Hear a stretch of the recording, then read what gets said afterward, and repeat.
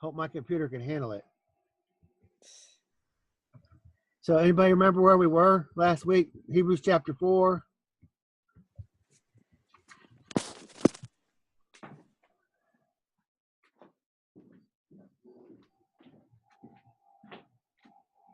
I have no idea. You remember where we were, George?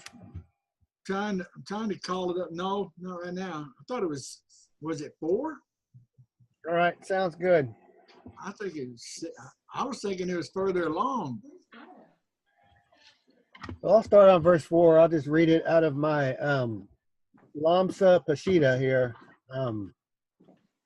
For he said concerning the Sabbath, God rested on the seventh day from all his works. And here again he said, they shall not enter into my rest. There was a chance for some to enter therein, but they to whom the gospel was first preached did not enter because they would not listen. And again, after a long time, he appointed another day, as it is written above, for David said, today, if you hear his voice, harden not your hearts. All right, I'll stop there. When it said the gospel was first preached to these people, who do you think that was?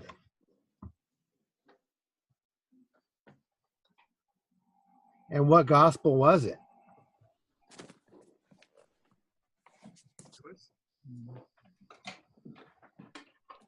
What do you think, Lauren?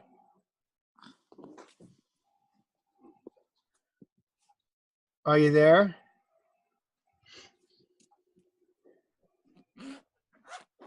So I think this gospel, I mean, is it the same gospel as what the Messiah was preaching? It said, because I think it's referencing back to Psalms and those in the promised land. So somehow they heard the gospel. Can you just repeat which chapter and verse you just read? It was I was in Hebrews chapter 4. I started at verse 4 and I read to verse 7, end of verse 7.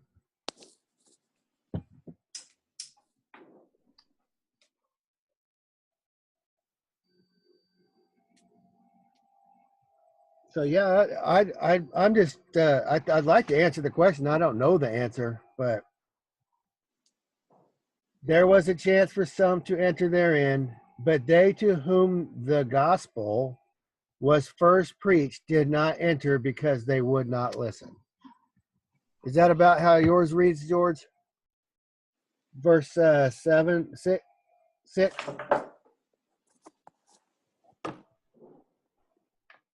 Similar. Which one you reading out of, Kelly? NIV. Can you read verse 6? Verse 6.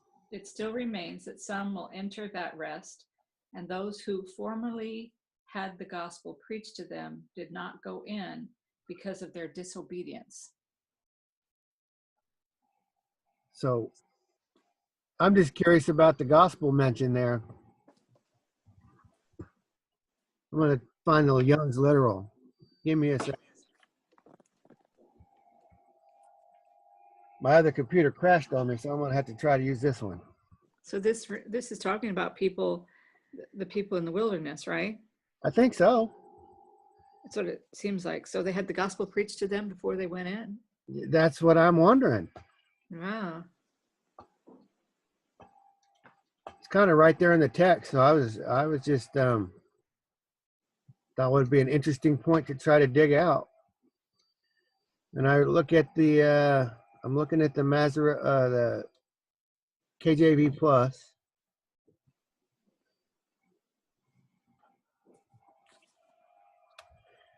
So it doesn't necessarily.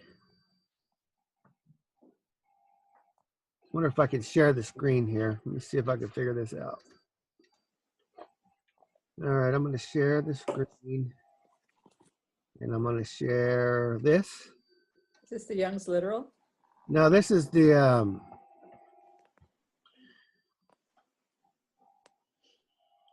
seeing. Therefore, it doesn't say gospel in this one in the King James. Therefore remains that some must enter in therein, and see if I can move this. And to whom it was first preached. It does seem to say gospel here. It says, Uh, The Young's literal translation here says the good news, Basora. You know, I mean, I guess it good news, the gospel. You know what I mean? It says that, but I don't see the word reference except for right.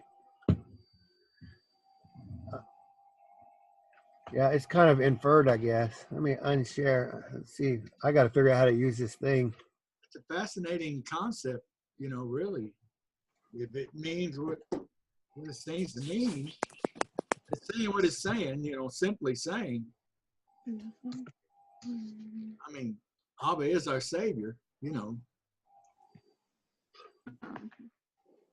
I'm going to have to get help with this screen share thing. You need a hanger? There it is. There it is. I need a kid here to help me with all this technical stuff. Shabbat shalom, Emily. Shalom. How's everyone? Doing well. You can Good. say hi. Yeah, my daughter hopped on before I had a chance this morning. Oh, I heard little voices. Hi. Good morning. Or good evening. It's good evening for you, right? Yeah. Shabbat shalom. Shabbat shalom.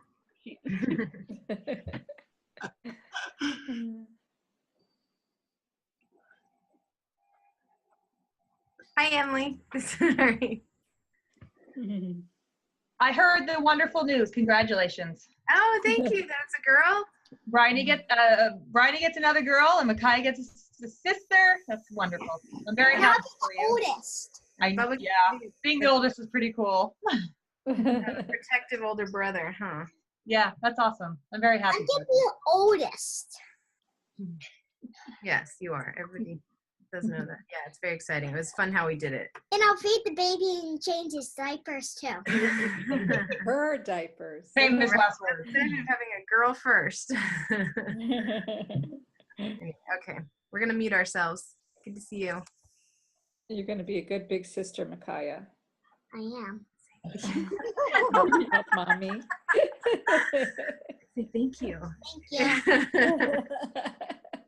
So Ty, you figured everything out, how to record. I see it's recording. I got it figured out. Oh, do you? Are we talking Hebrews 4 this morning? Yeah, 4:7. Okay. Trying to figure out what the gospel is that they heard in the wilderness. Exactly. So what is it?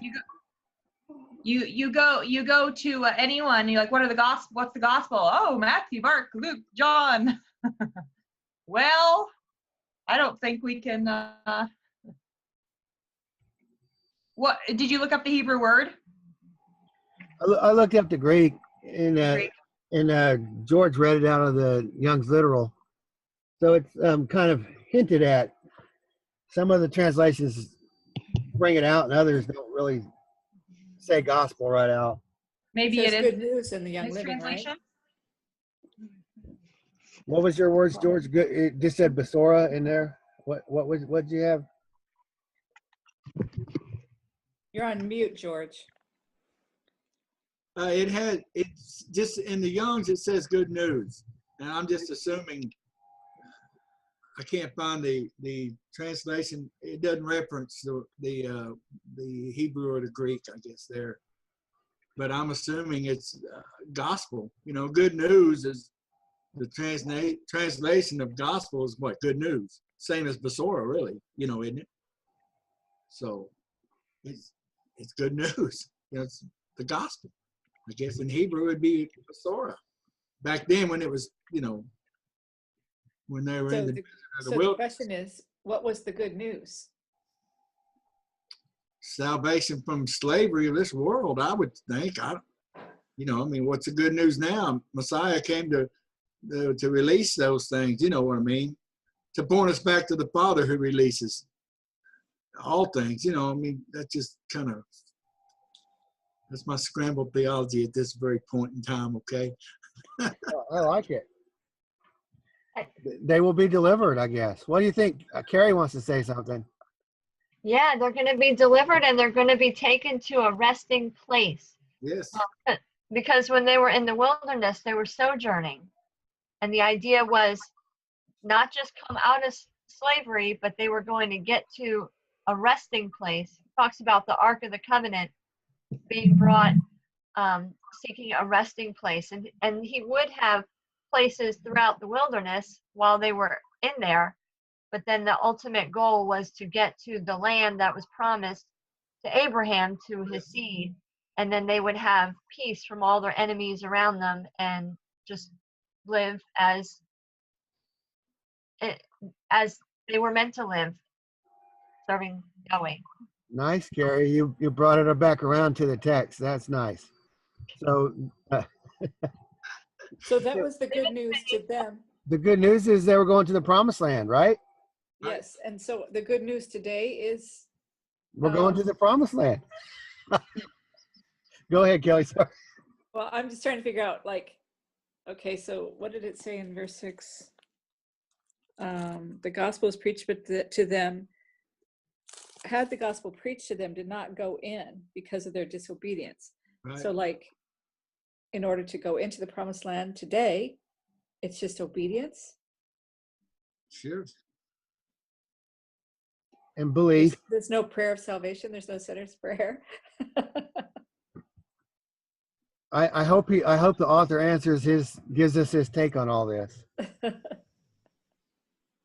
But all of that's amiss if we don't if we don't believe and follow through with obedience. All of the rest is, what good are prayers if they're not, if they're just rote actions, not based on our true belief in Him. There was something mentioned, 2 Saturdays ago, it just stuck in me and just kind of opened some doors, so to speak. It's like unbelief is calling God a liar, and that's what they're doing in the desert, not believing because of lack of faith or unbelief, saying, no, you're lying to us. This ain't, we don't believe in you. It just kind of permeated, unbelief is calling God a liar. I'm thinking, wow. But anyway, sorry, it was just a side. That's good, George, I like that. It makes me think some people get really, really offended if you imply that they're lying or implying that they're not being very truthful. And I think our Creator might be the same way. Yes. Because he says, I give you my word. What I say, I'll do. Yes. And then we trip along, and then we're all of a sudden we're questioning it or going back and go, well, we don't have faith because we're questioning it all of a sudden. So yeah, it would be considering calling him a liar, because he's like, well, I said I'd do it.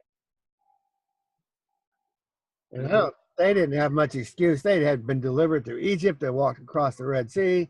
I mean, how could you not? They heard the voice on the mountain. And it scared them so much. How could you be like, oh, he brought us out here to die. Yeah. Wow. You must not love your Father very much if you think that's. Do you think it was easier for them than for us today? Well, it wasn't easy for them. How many made it? Yeah. Of the first generation. Joshua and Caleb. That's all we know. I would assume, don't you think there's more? Don't you think there were like their wives or, there was certainly someone else who had faith. I'm just going with what it said. It said they all died. Even Moses died in the wilderness. So there was good news for them. They were going to go to the promised land, and they were going to get rest from being on the run, rest from the wilderness. And only 2 of them made it. So I don't know if it's the gospel, but their good news is that they had deliverance. I think we toss that word around, the gospel, the good news. I think there's a lot of good news. I'm not sure it's all boiled down to one little sentence or something, like they say in Christianity. They say the gospel is this, and that's what you got to have. And it's like, no, there's a lot of good news. And this is just one of them. I think it's the way we think about it, maybe. The way I was thinking about it a minute ago. So, what do you think? Being raised in Christian theology, it's hard to, again, look at things in a different way. Sure is. Yeah, I think that it wasn't. I think it was to show a lack of knowing him too. Not just if they knew him, then they would know that what he said would come to pass would come to pass. It's a lack of, I guess, yes, a lack of trust, but also a lack of, do you really know your father? I mean, he said he would do it. He would do it. Anyway, just the thought I had. They had a lot of confusion, having been in Egypt for so long with all the gods and all the belief systems that they were surrounded with. I'm just trying to think of how it's for us today. There's so much confusion with Yes.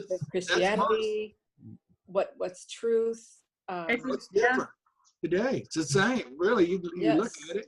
My word. Everything goes in circles. It never changes. Yes, not linear. Yeah. Not linear. I agree. I agree. So we all have our wilderness experience. We're all in it. So we all have our chance to believe in our Father, or we have our chance to fall dead in the wilderness like all the rest of them. I really think that's the bigger theme in the Hebrews here. So they had Sabbath rest, right? They took Sabbath days in the wilderness. So was that the rest the Father intended for them?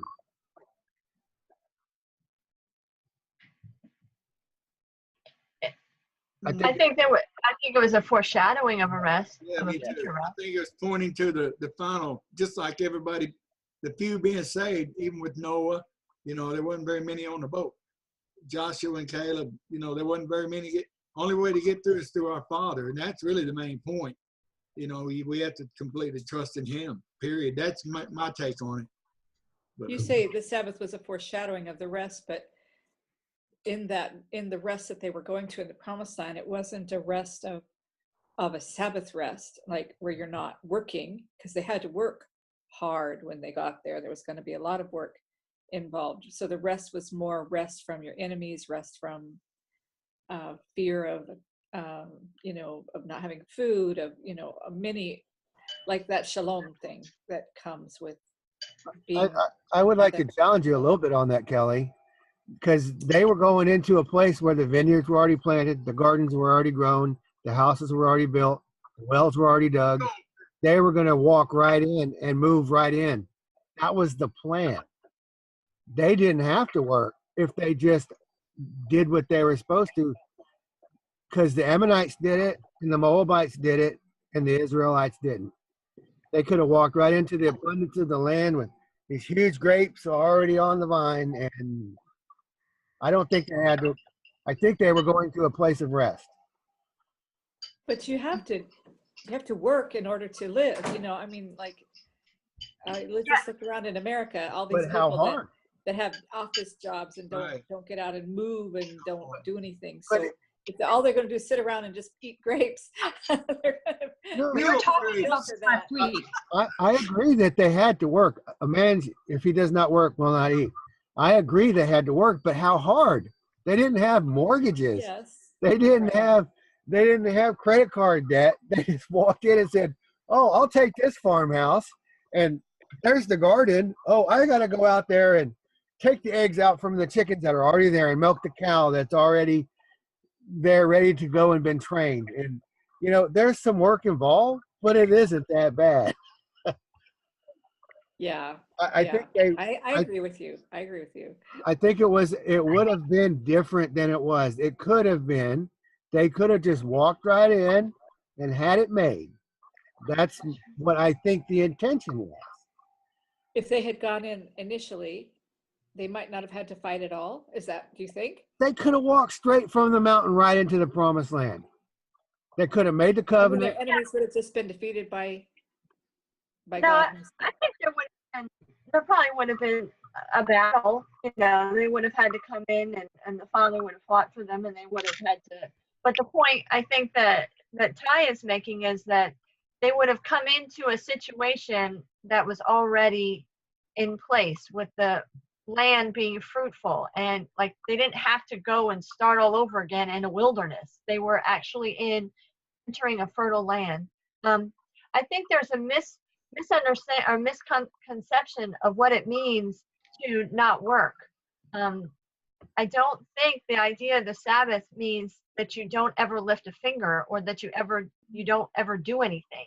I think it's this idea of toiling, this work being employed in a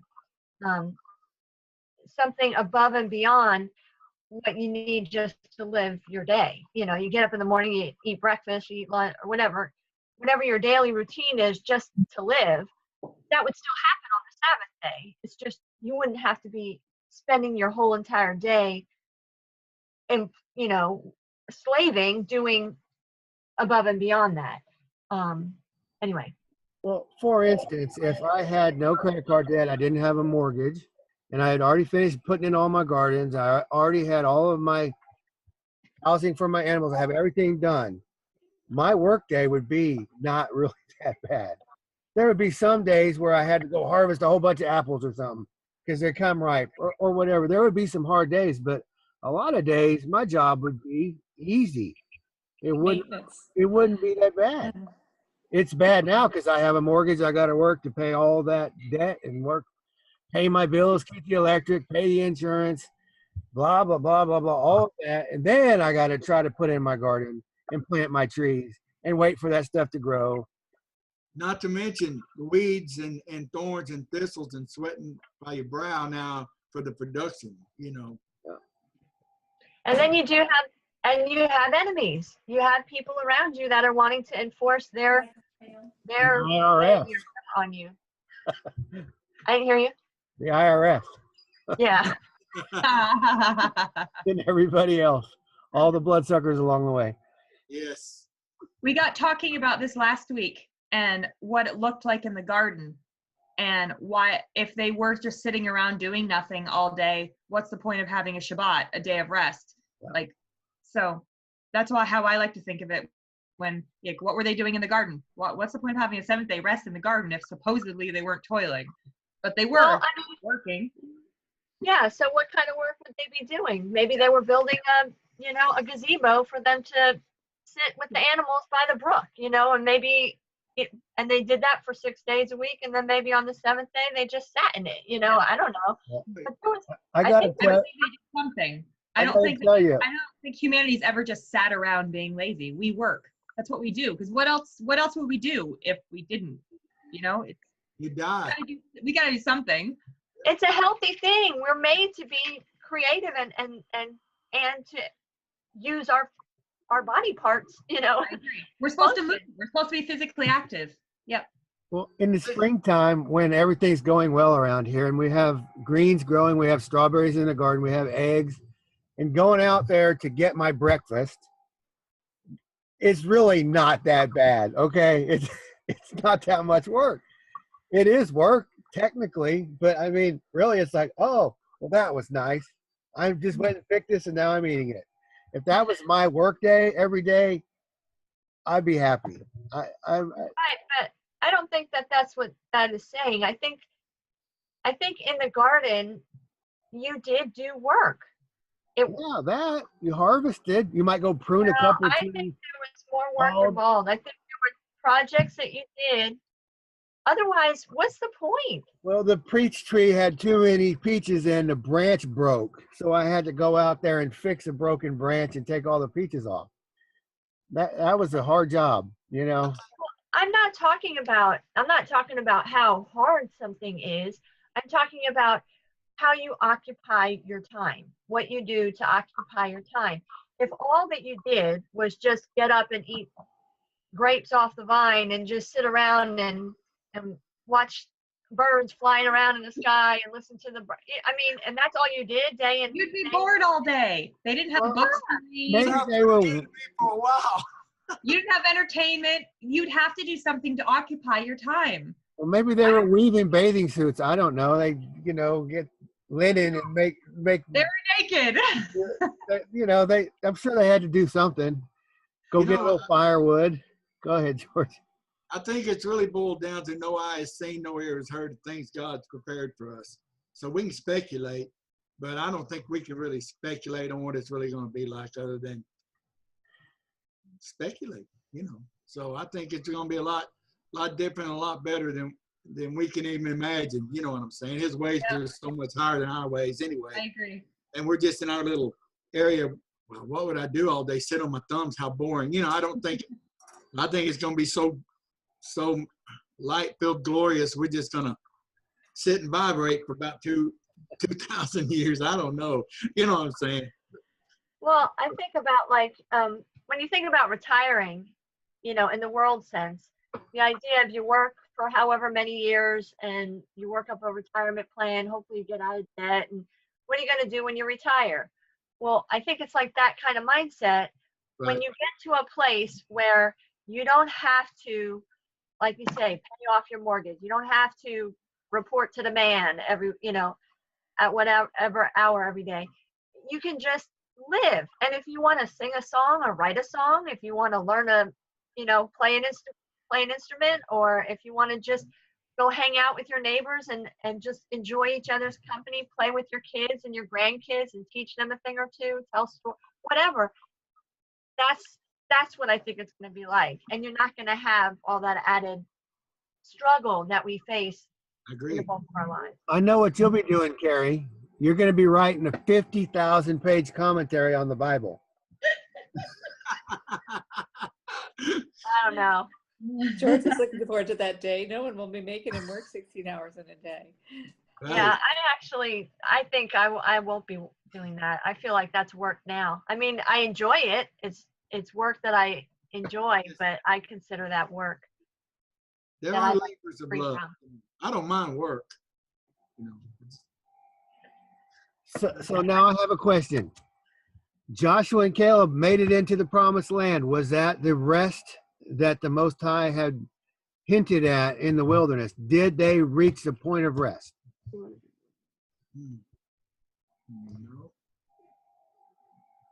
It didn't go probably as well as what they had, if they had gone in originally and with the right faith, because well, there was Achan sin, and I mean all these things went wrong, and they didn't actually take the land like they were supposed to, and they were constantly battling with the Philistines and the other people there, and so no, it was never like it should have been, right? Was he referring to a rest that comes later? That's every time it talks about rest or anything along those lines in scriptures, it's like, okay, they're talking about now, an actual physical rest, or something that comes later. So somebody please read verse 4:8.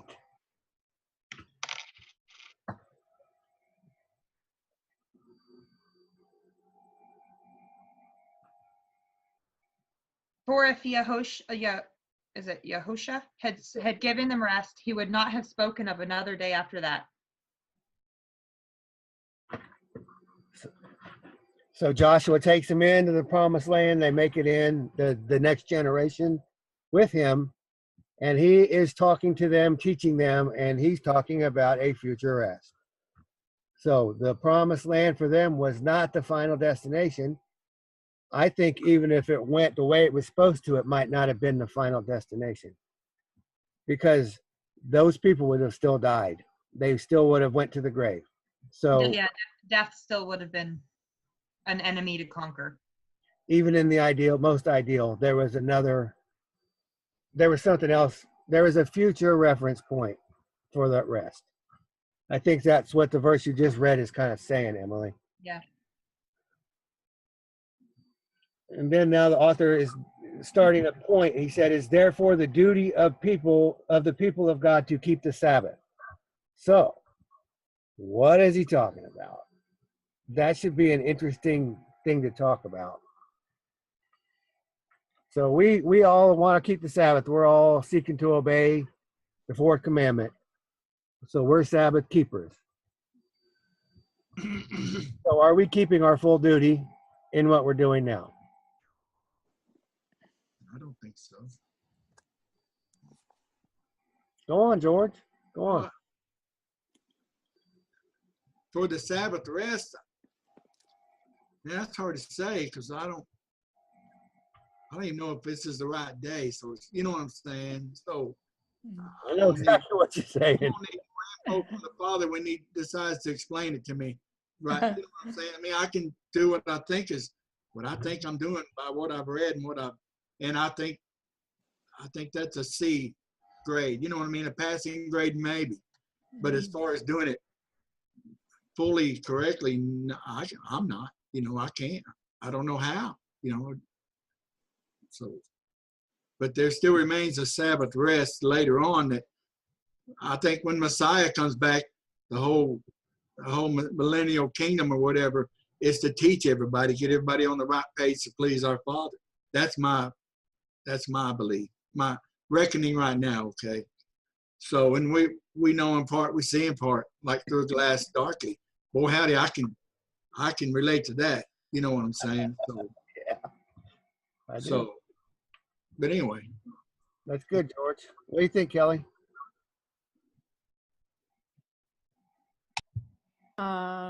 I would agree with what George said. There remains my version says there remains in a Sabbath rest for the people of God. So I'm not sure if they're saying a future Sabbath rest or the current Sabbath rest. I'm not sure about that. So there remains a future Sabbath rest for the people of God. Or it could also be there remains a Sabbath rest right now for us every week. I'm not sure what, maybe it's both. Probably a little of both, right? Yeah, I believe it is both. read verse 8 and then read verse 9, and it kind of, if you read them together, Joshua was referencing a future point. So for us, there is a future rest, a heavenly Sabbath, something different than what we're doing, something that we're learning about by doing what we're doing, keeping the Sabbath now. But this is not the final Sabbath. So my question is what does our promised land look like? Because we are in the wilderness. If we walk in faith and we trust our Father and we please Him by our faith, by our obedience, what is our promised land? What is our future heavenly rest going to look like? That's the big question to me. You know, when everyone was talking about when Caleb went in and those who were those who were on the ark, how it's kind of off subject, but it kind of goes along with everything here. In those circumstances, they were being refined, and like when they were in the wilderness before they went into the land, only a few went into the land, right? That's what Scripture says, and they were being taught then and there. Their faith was being perfected. You know, they were going through trials, and they were supposed to just stand on our Creator's promises to them that they would do it, and you know, follow my instructions, and you'll go in. And they didn't. They screwed it up. Look at Noah in the ark. You know, he was given instructions at, you know, a lot of odds, and he looked crazy, but he did it. And again, only a few survived. I think, and which I'm sure you'll all agree, in the wilderness, we are being refined. I know I'm going through things in my life and trials in my life, and I know everyone is going through things in their life personally. And you know, in our own personal lives, and as a whole, as people who love our Creator, as a whole, we're going through things, you know, as a big body, or however you want to call it, we're going through things as well, trials and tribulations and things. And again, keeping our eyes on our Creator and walking out in faith and trust, we do have, I think maybe it's different than those circumstances because we have a book, you know, and some other books that we might learn from, but do we have it all? Do we have all the information? What's missing? You know, we're trying to interpret what it says to the best of our abilities, where they had it different back then. They had it totally different. Some of them, you know, heard straight from our Creator, you know, and they weren't just learning from some scrolls, trying to figure it out and going, yeah, we think we have it right, so we're doing the best we can. But what it all, again, to me though, it goes down to only a few is in all the circumstances, wilderness experiences, you know, being saved from death experiences, only a few have ever made it in all the circumstances, all those. And they went through a lot and they kept the faith. Like, I'm looking at me, I'm going, oh man, I'm failing big time. I need to step it up. Yes. Anyways, I just want to comment on that because that really. That was good. That's good, Emily. Thank you. That's good. Bryony, did you want to say something? Oh, we just lost her. I called her name and she fled away. Carrie, did you want to say anything? Go ahead, George. Go. No, I was just gonna agree with Emily. Anytime I've studied into the Hebrews, I come out feeling as worthless, so to speak, as no chances the two or the, it's like, my word, I have to trust my Father completely because I know me, I'm out. You know what I mean? Unless it's by His will. If He works it in me, both the will and the do, that's my hope. But it's like, it's slim to none chance. It's just kind of daunting going through this, but sometimes that's how do I explain this? Sometimes that's a shadow that comes over me and keeps me from reading what this book is really about. You know what I'm trying to say? There's other things that distract, so to speak. You know what I'm saying? Anyway, so this is the time I'm going through this time with you guys, and it's enlightening in a whole different direction. You know what I'm saying? But I still have those, wow, it's kind of bleak, boy. Two come out, with Joshua and, you know what I'm saying, and Noah, just the 7, and then they turned out like crap. Most of them, it's like, my gosh, I know me. I don't rate up there nowhere. You know what I'm saying? So this book has always put the fear in me. Always has, So anyway, I'm just rambling, but I agree with Emily on that. Well, my take on the last two comments is the humble approach is the only one that's going to work. Because if we come thinking we're all that, boy, we need to be teachable and we need to be humble and willing to be taught. And if you're already all that, you're not going to learn a thing. So I love the heart behind it. And go ahead, Kelly. It's encouraging that what George said, they didn't have perfect lives either, like Noah or David, or God very clearly lays that out for us so that we don't think that we have to be perfect in order to be accepted by Him. I mean, we want to do our best, but we mess up, and that doesn't mean it's over for you then because you messed up, like David. Like I was about to say, look at King David. I know. Yeah. I've had my share of screw ups, but man, not murder. maybe not bigger than mine, but my goodness. Go ahead, Carrie, with this being made perfect versus being perfect. Oh, well, that's okay. That's another thought. I had a thought. Oh, go ahead with the one you had then. Well, I was just thinking about Yeshua. When he grew in wisdom and in stature growing up, and then when he was baptized, and the voice from heaven called him, "This is my son, in whom I love." And then he was led into the wilderness, and he was tested and proved there. And I think that that's a picture of Israel having been declared to be the son of God to Pharaoh, and being brought out of bondage and then into this wilderness of being tested, being taught, and then being tested. If you truly are the Son of God, put this temptation in front of you. But Israel kept failing the test, whereas Yeshua, he passed the test. In that he stayed true to his Father and continued to walk in what the Father said. And then, after coming through the wilderness, he came out of the wilderness, and then the Spirit led him into his ministry. And I think that maybe, I hate to sound so Christian-y, but I'm seeing more and more of this concept of Yeshua is my rest, and this idea of being baptized and water baptized and then walking it out and being in the wilderness I think we're all still in that wilderness phase. You know, I don't know which paths everybody's on or anything, but we're being educated and we're being tested along the way. But there will come a point where there may be a having to walk through the water type experience. Yeah, it's called baptism.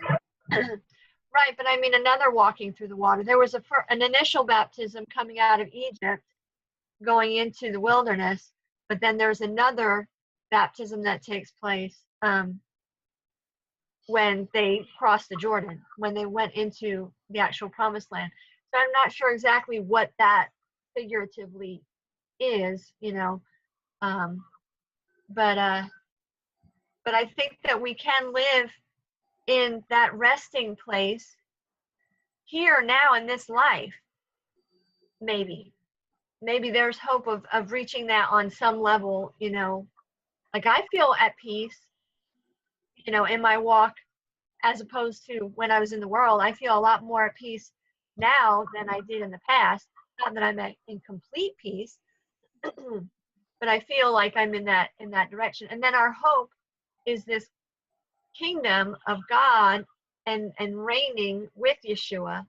I mean, I think that's what Yeshua was preaching the kingdom of God. And I think there's a spiritual aspect of it that we can experience here right now in this life. But I think there is still something to come. Like, you know, when they say rest in peace, I'm sorry, I keep thinking that when we die, that resurrection that comes next. Okay, all right, I'll stop. I'll wait 15 minutes. I'll share what I have to say. So go on. One quick comment on that. It took the Messiah 40 days and it took Israel 40 years in the wilderness. So I think he handled it more appropriately. Might have only been 40 days for Israel originally. Look at Noah and the ark. 40. Yeah. 40 seems to be a number our creator likes. I think so. Bryony, did you want to say anything? You know, I'm not saying anything because I don't have a whole lot of, you know, to say, and I'm a little bit distracted, and so no, I mean, I'm listening. I have things that are going through my head. As far as, are we still, forgive me, but are we still talking about what are we? You're fine. I was just checking in on you, Bryony. I was just checking in on you. Sorry. Didn't mean to put I'm you on the listening, spot. but this whole pregnant brain thing, I can't keep a thought in my head long enough to really talk about it. It's So totally I type cool. if I Totally have a cool. question. You just know Okay. I'm not ignoring you. That's all. Did anybody else have comments besides Carrie?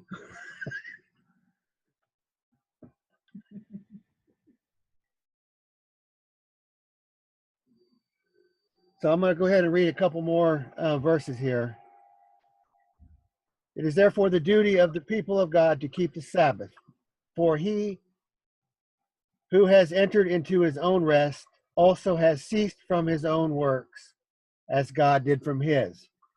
Let us therefore strive to enter into that rest, lest any man fall like those who were disobedient. So anyone who has entered into his rest has also ceased from his own works. So it sounds like we're working till the day we die, but we're working to have a rest. It seems a little bit contradictory, but I think this is going along with kind of what Carrie was saying. So how do we work at getting a rest? How do we work at rest? What's this? What is this process? I do have a question now. Go for it. Like, how do we define rest? Rest is not creating, not toiling, not, you know, but at the same time, you were talking about how, you know, harvesting takes a lot of work, and doing things on the land take a lot of work, and taking care of animals takes a lot of work, but it's enjoyable and it makes you tired and it gets your body physically strong. I don't necessarily, I don't necessarily see that as, I mean, it is work, but it's a type of work. I've had office jobs at a call center sitting all day with, you know, typing with carpal tunnel, and that's more work than working all day outside. You know what I mean? So how do we define rest? Because sometimes on Saturdays, sitting around all day isn't restful for me, because sometimes the rest that I get from actually doing something physical and then resting after that, excuse me, I'm going to send you out, okay? Is I feel that, does that make, how do we define rest? Does rest just mean not doing anything? So will we one day not have to do anything? Kind of like Carrie said, with retirement. I mean, it's statistically proven that most men after they retire die if they don't do anything. So I don't believe that we're supposed to be idle ever. And some of the healthiest retirees that I've met are very active and doing very productive. I think retirement is actually a time when you have hopefully enough money and enough time to do all the things that you sacrifice while you're raising a family or taking care of other bills. You know what I mean? And the healthiest people that do that I see are living that out. Some people are still retired, but they still work. So what does rest really look like? And does it have to be, I'm just going to sit and sunbathe all day and read a book? Good question. I bet everybody has an answer for that one. How about Michael LeBlanc, Shabbat Shalom, brother? What do you think rest is? Or Tremaine, or whoever's there.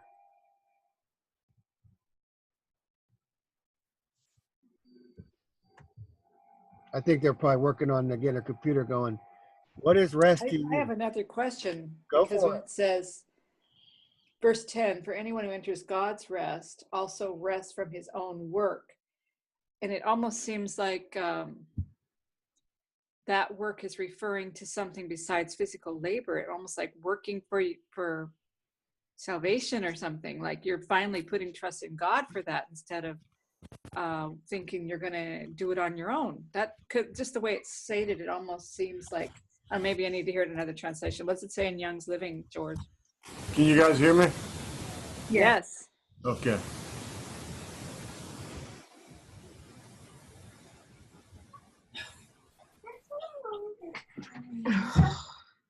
But I don't want to take away from Bryony's question either.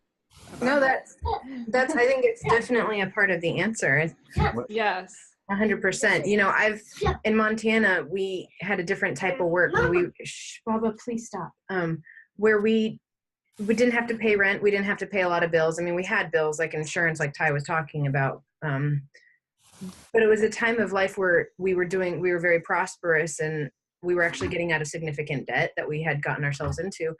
And we didn't have to work a lot, believe it or not. And we enjoyed it. So it was a time where the pressure came off intensely, if you know what I mean. Maybe there are times like that, or when you're living in your parents' house and you're like, oh yeah, I don't have to, pay for things. So there was a security in like, wow, this feels really nice not to have the weight of having to pay a mortgage or rent, having to make the bills, because it was there. It was there with the choices that we had made. And then, resting in the Lord and having that relationship and the time, because so much time, I think part of resting is having the time to spend in the Word, like Carrie talks about. It is work right now, but being able to do it with a little bit more time. Anyway, thank you, George. The Young's literal just mentions heck, I lost the verse. Verse 10. For he who did enter into his rest, he also rested from his own works as God from his own. That's Young's literal. I don't know if that clears anything up or not, Kelly, but The scriptures says, for the one having entered into his rest has himself also rested from his works as Elohim rested from his own. Yeah, it just makes me think of like that passage, not of works lest any man should boast, working your way to heaven, or I don't know. right. Hey, come back, Michael LeBlanc. Shabbat Shalom. What is you have to define rest. You Yeah, you've been resting. And work. Where are we at? Hebrews chapter what? Hebrews chapter, you have to tell us what rest means. Chapter 4, verse 10. Okay, let me see. Good morning. Good morning. I think that rest can be defined a number of different ways. Yes. But if we look at Genesis, what the Father rested from was creating. He was creating stuff, and then he stopped. So, in what way do we create? In what way do we make things? You can go real far with it, or you can be real simple with it. I tend to go on the simple side. Some people say that if you write something on paper, you're creating. Or if you draw a picture, you're creating. So you're not resting. But some people really find solitude in doing those things, so they are resting. I would say that if you are an architect and you go to a piece of paper and you draw a house, then you're working. If you are a school teacher and you go grade papers, you're working. If you are whatever it is you are, if you go do that, then it's like working. Whatever your routine is for the whole week, whatever you're doing for the whole week, whatever you're doing for 6 days, stop doing it on the 7th day. So you can get a little bit of a break from whatever that thing is. And do something else. Rest. Have some time to clear your mind from that thing. Whatever that thing is that you do all week long, stop doing it. Because on day 7 is a time for you to reflect and to get back into, or to actually reground yourself in the Word. And some people say, "Oh, well, I just sleep all day on Sabbath because that's rest." Well, it is and it isn't, because it is important. It is important for us to have rest, and like today, I needed it. I woke up earlier and I was going to take a little quick nap before the study, and I went an hour into it. So I mean, sometimes it's necessary, but the fact is, rest is more than just sleep. Because even if you look at the science behind it and the psychology behind it, we need more than just sleep to be rested, to even feel rested. Because we could sleep all day long and wake up and feel angsty and feel like we just need to have some sort of a comfort. I don't think that comfort can come anywhere but from the Father. And can I add to what you're saying, Michael?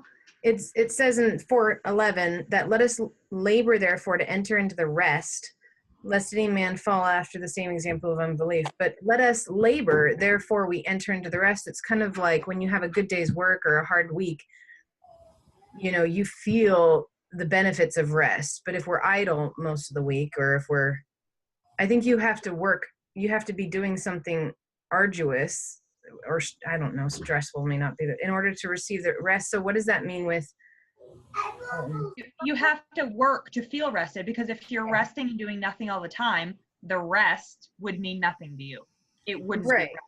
Which is why I think like the ultimate rest that we're eventually going to have, I don't feel like it's going to be an idle rest. I feel like I mean, I don't really know. I think of that as being boring, but I don't think, like Kelly says, the pressure of having to provide, or someone said, the stress of that is going to be upon us. There's going to be a tremendous amount of peace. I mean, even inner turmoil, when we learn how to read the Word and apply it to our heart and our lives, there's an internal peace, which is also considered a type of rest, right? Oh, I knew. Sorry, baby distraction. I see what you're saying, Brian. It's just there is a way to overcomplicate it and to overthink it. Yeah, you're right. Okay, I think I'm doing that. But as far as rest goes, I mean, it's like what you made me think of is sunshine and rain. If it never rained, then the sunshine would just be regular. But it's nice because, I like the rain too now since I have food in the ground. But anyway, it's just, there's another verse that says a man who doesn't work shouldn't eat, because you have to work to eat. You have to earn your keep. A laborer is worth his wage. All sorts of things that indicate that we should be working, which in the same token is why we have a rest. because we're not I mean, and look at what happened in Egypt, and you know, when Mitzrayim, when the Israelites were slaves. There's always work. There's always been work. The people of the Father in the scriptures that we read about have always been people who worked. Isaac dug. How many wells did Isaac dig before he finally got one? You know, I mean, we're not to be a lazy people. So we're always to work, and that doesn't mean go get a job and work for somebody. It just means do stuff. You can have your own land and work the land and how you do. Medicine. Go to bed. But and believe me, when I lived on a farm for a year, we looked forward to resting on the Sabbath. It was awesome. Put this in our mouth. Boy, did we need it. Hey, thanks, Michael. I want to take this chance to transition just in a couple of minutes. I look forward to picking this conversation up next week. I wanted to give you my take real quick on what I think the work is that we should be doing and the rest. My take on the work is that we are creating the image of the Most High, the Creator. He gave us dominion of the land. So if we're going to be like Him, He created life for 6 days, and then He stopped on the seventh day. So ultimately, we should be taking our dominion and creating life.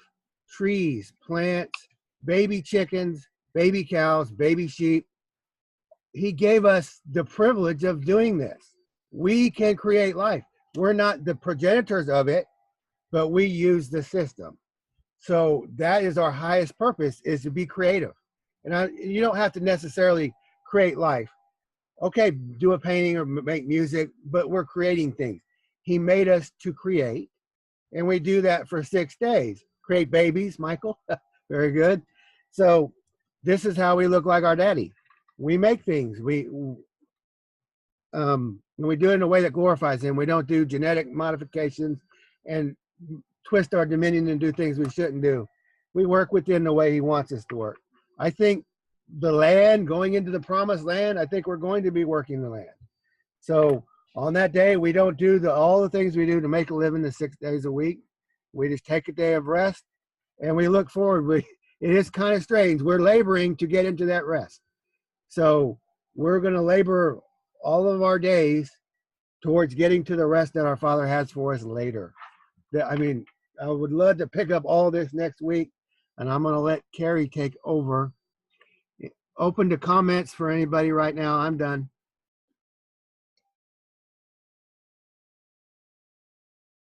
I liked that, Ty.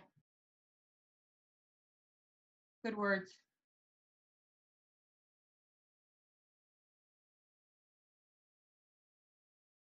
So you were saying, Ty, that you think in the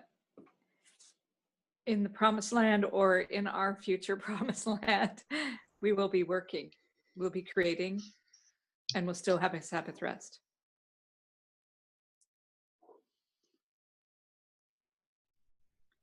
We're not going to sit around on clouds and play the harp. He puts Himself first and foremost as a creator, as our Father creator. And then He gave us His likeness. We can create when we're doing, that's when we're happiest. When we're creating, when the little baby chicks hatch, kids love to go find the little eggs, and there's just something about all of that life. So something about us would have to be changed in order to be even content in a world where we couldn't create in a future world. Well, I think He enjoys, when your kids put the drawings on the refrigerator and you get a little joy out of that. I think that He's kind of like that. Oh, that's a cool little garden you made, son. I made the Nile River and the Nile Delta, but you made your little creek there, and you made a little garden by the creek, and that's cute. So good job, son.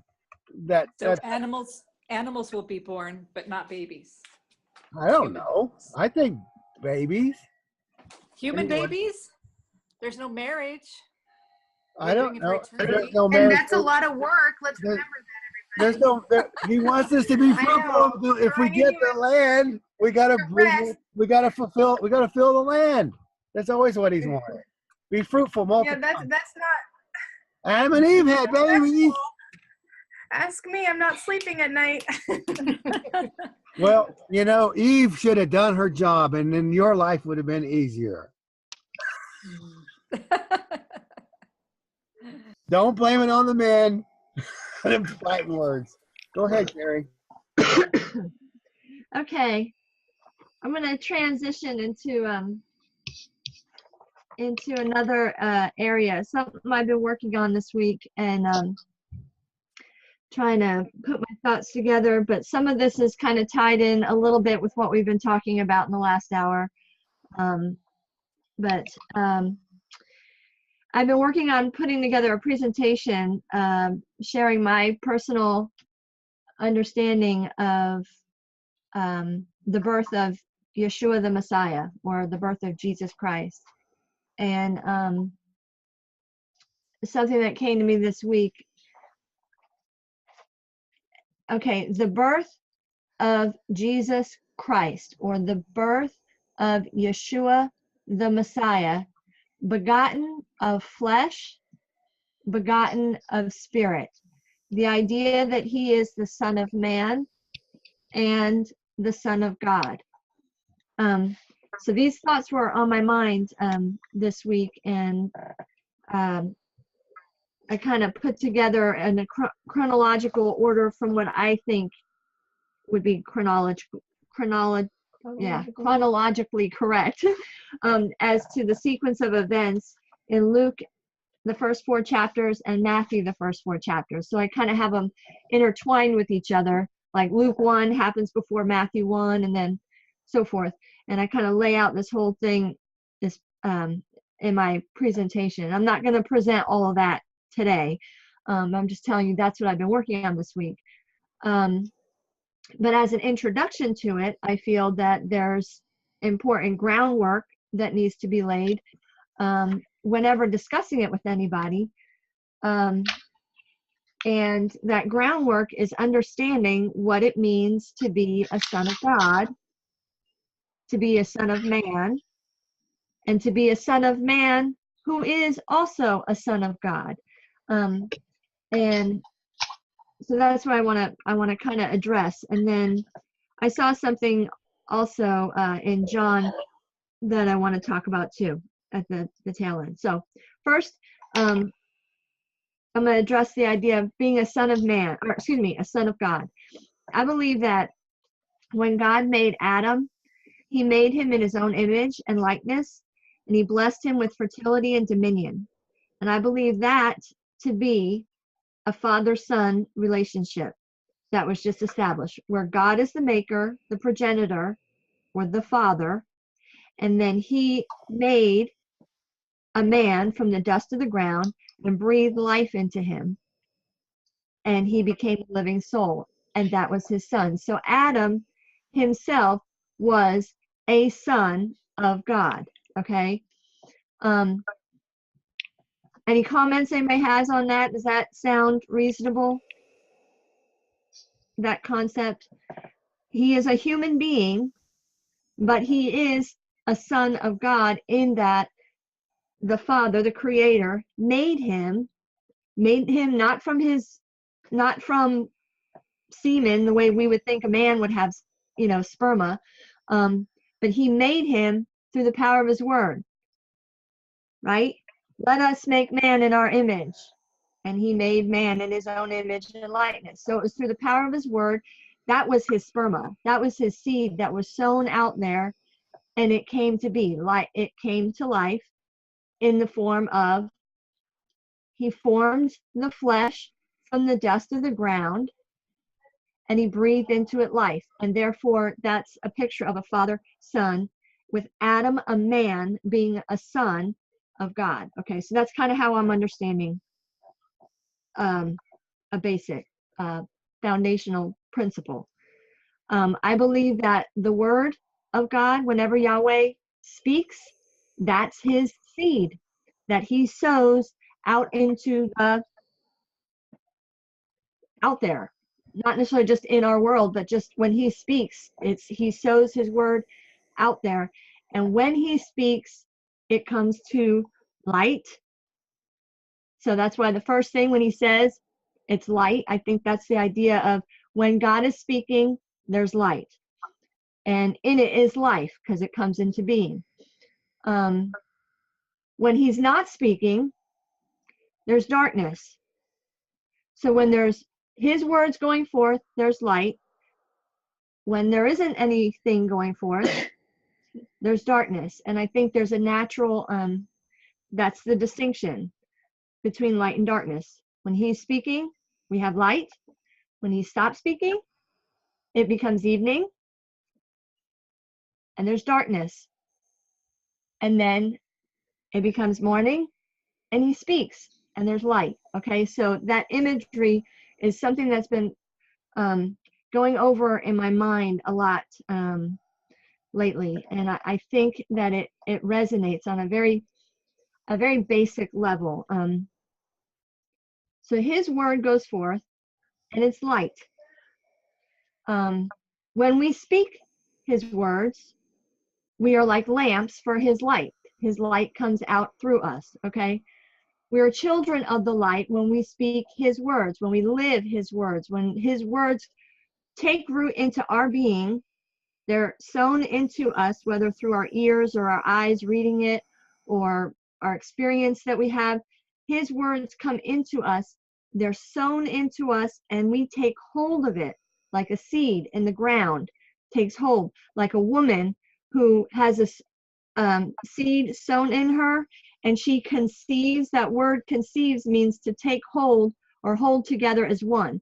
So the seed of the Father, which would be his word, going into our heart and mind, and we taking hold of it and it developing, we bring forth fruit. And what is that fruit? We bring forth words that he said. We bring forth actions that are in line with what he said.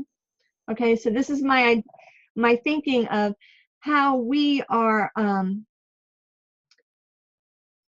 Okay, let me back up. So what I said with Adam is not a son of man. Adam is man. Adam was made. He was a man whom God breathed into the breath of life, and he became a living being. And I believe he was a son of God in that regard. But he was a man. Is everybody following me with that on that part alone? Okay. So now, what's a son of man? It was established in the beginning that a man, okay, first of all, you had Adam, and then God took a portion of Adam out of him and formed woman. And she was identified as being bone of my bone, flesh of my flesh. And then it was said that the two shall come to, how does it say? The two shall become one flesh. This is the natural order that was set in place. This is how man is to reproduce after like kind. Man was blessed, told to be fruitful and multiply. This is how. Through a man knowing his woman, and in that regard, sowing seed, and she takes hold, conceives, and through God is the one who forms the flesh of the seed that has been sown in her, forms the flesh, breathes into it the breath of life, and gives him a spirit.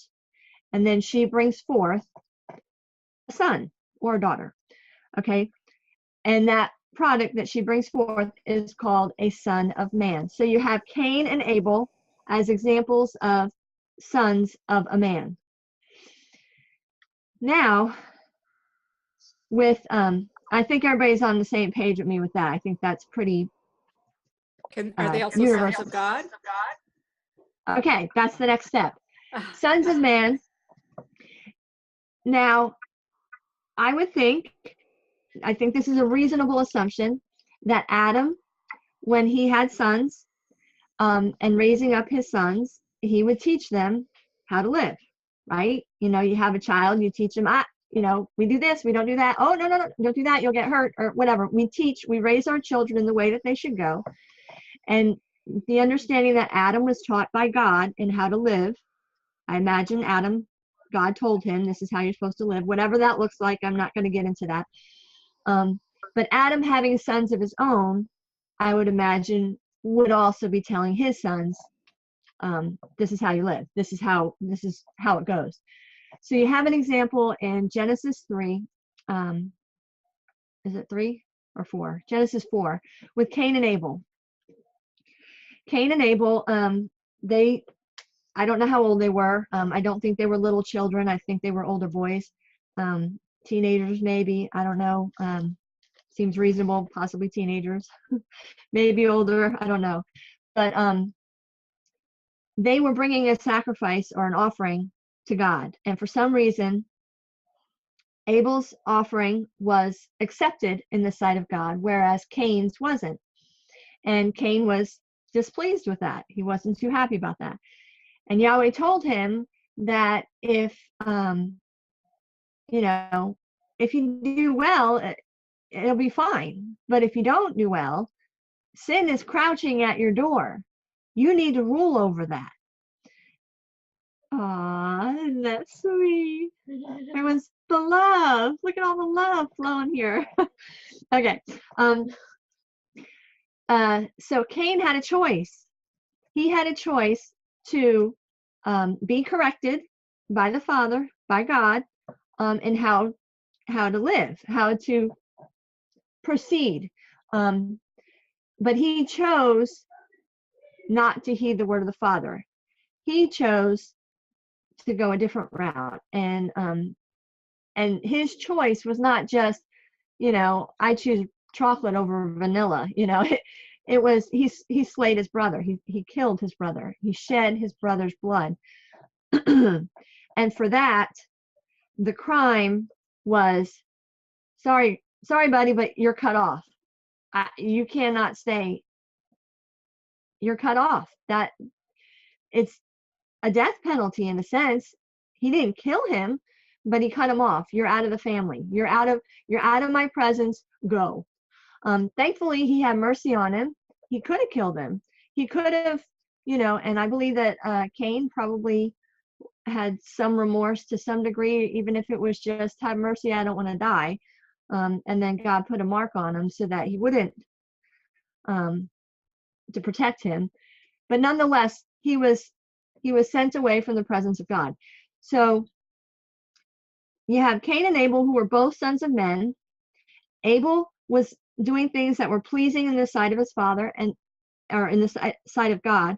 So I believe he would be considered a son of God as well. And Cain was a son of God, but then he disobeyed, rebelled, whatever, and then he was out. Sorry, now you're ungodly, you're not my son anymore. Go. And he was essentially disowned, I guess you might, just informally speaking here. So then Adam knows Eve, his wife, again, and she conceives and brings forth a son. And she calls him Seth, saying that this one, God has given me, appointed to me another seed in place of Abel, whom Cain slew. Okay, so now we have another seed who is Seth. I believe that both Abel and Seth are sons of God. Now, in Genesis 5:1 and 2, it explains how when God had made man, I'm not reading it, I'm just going off my memory because I go a lot faster if I can just talk and not be looking up stuff. But you can look it up and double check me. I can always make a mistake, so. But I believe it says, the gist of it is, when Adam was made, he was made in the image of God. And then after some time, he begot Seth in his own image and his own likeness. And I think that phrase there, being made in his own likeness, is essentially saying this son is just like me, is living the way I have raised him up to live. He is he's not the black sheep of the family, so to speak. He is the one he's modeling after his father, and Adam is modeling after God. Even though Adam sinned and he was taken out of the Garden of Eden, I don't believe that Adam was cut off from, like, he didn't kill anybody. He didn't commit a sin that required him to be, wipe him off and we'll start over and make a new man. No, it wasn't like that. So anyway, so Adam was the son of God. He had sons. The sons Abel, whom Cain slew, I believe was a son of God and a son of man. And then Seth was a son of man, being the son of Adam, and a son of God. And that genealogy that we are given in Genesis 5, I believe that is a righteous line of men who were made in the image and likeness of their fathers. And I think that's what is laying out for us. And it goes down to Enoch, and Enoch is described as being well-pleasing, having walked with God. And when everyone else, it tells us that they died at a certain age, it doesn't say that about Enoch. That's not to say that I don't think Enoch died. I have no idea. But it does say that where everyone else it says they died, it says that he was taken by God. And then Noah was another man who was identified as being well-pleasing to God, and had found favor, and he was rescued when all of the other men on the earth were being killed because of all the wickedness with the flood. Noah and his family was spared. So I believe that Noah was a son of God. Okay, so these are examples of men who are sons of men and sons of God. Okay, does anybody have any questions? It's kind of the foundation. Oh, I did have another point I want to make, but if anyone has any questions about what I just said there, chime in. Go ahead, Kelly. I don't know if I'm jumping ahead, but how does this apply to Genesis 6 where it says the sons of God did whatever with the daughters? The daughters of men. Daughters of men, yeah. Okay, that's I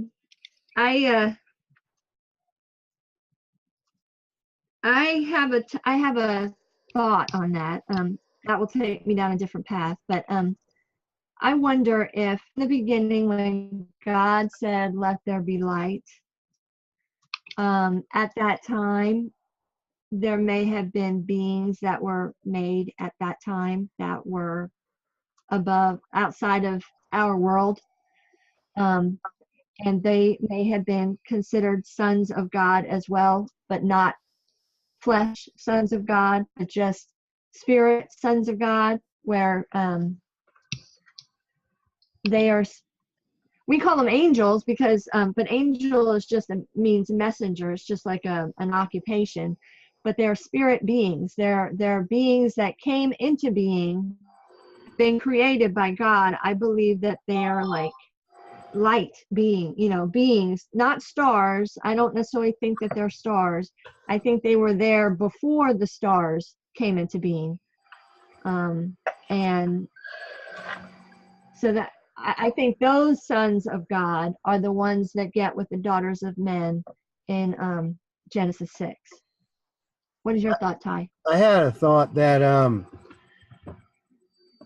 Adam was the son of God. He was begotten by the breath, by the Creator directly. He was not born of a woman at that point. I think there are many sons of God begotten of the Spirit that are not flesh beings. I think, side note, the conflict between those born of the Spirit that can't have children and us, we can reproduce after like kind.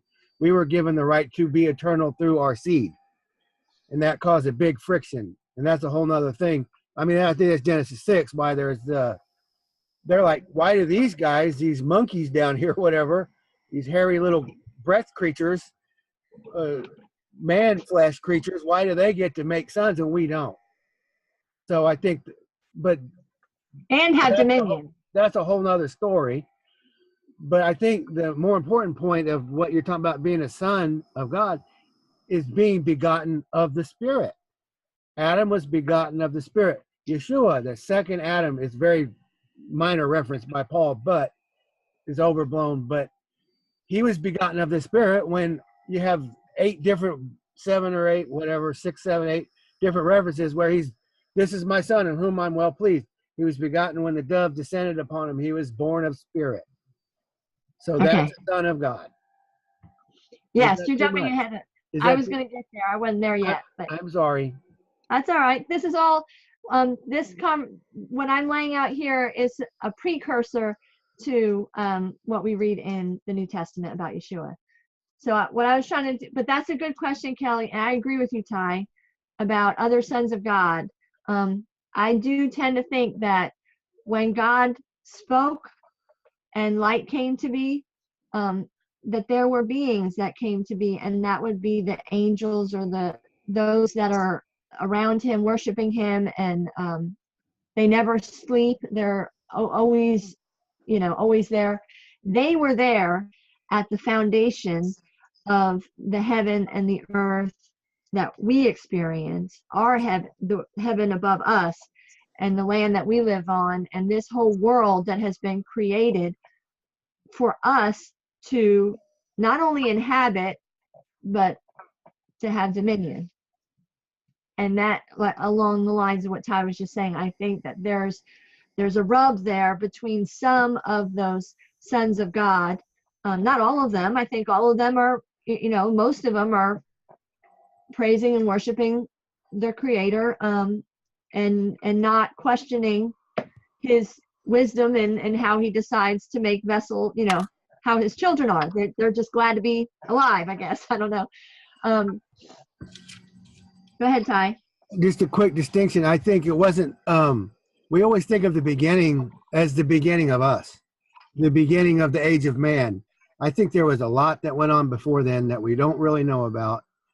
So the sons of God were present for the establishment of the age of man when Adam was created and he was given a wife. There was already all these other sons of God in play. Other mighty ones, whatever you want to say, other little g gods. Some of them were good, some of them were bad, some of them rebelled. I think there is a lot going on. That's why the earth was remade for the. So you're kind of talking like that was the beginning. I think we're way in the middle. I don't think we're anywhere near the beginning. Well, no, I mean, as far as man. Well, if you think about it, man didn't come until the 6th day. I mean, there's a lot of things that happened even before that we have in our Genesis 1 account. So, and we have no idea how long all that lasted. I'm not one of those that thinks that the 6 days of creation are 24-hour. I don't think that. I think more like ages. It's a period of time. It's a period of Yahweh speaking. That's how I kind of look at it. There's a period of him speaking. The light goes forth, and the light brings to life. And what it brings to life is what we see. And it's very simplistic. I don't want to get too. Yeah. I don't want to get too. I like your definition of the day, Carrie. Yeah. That's a great definition right there. Well, and I think that it's becoming more and more crystallized in my mind. This idea of, God doing all of his work in the day, because the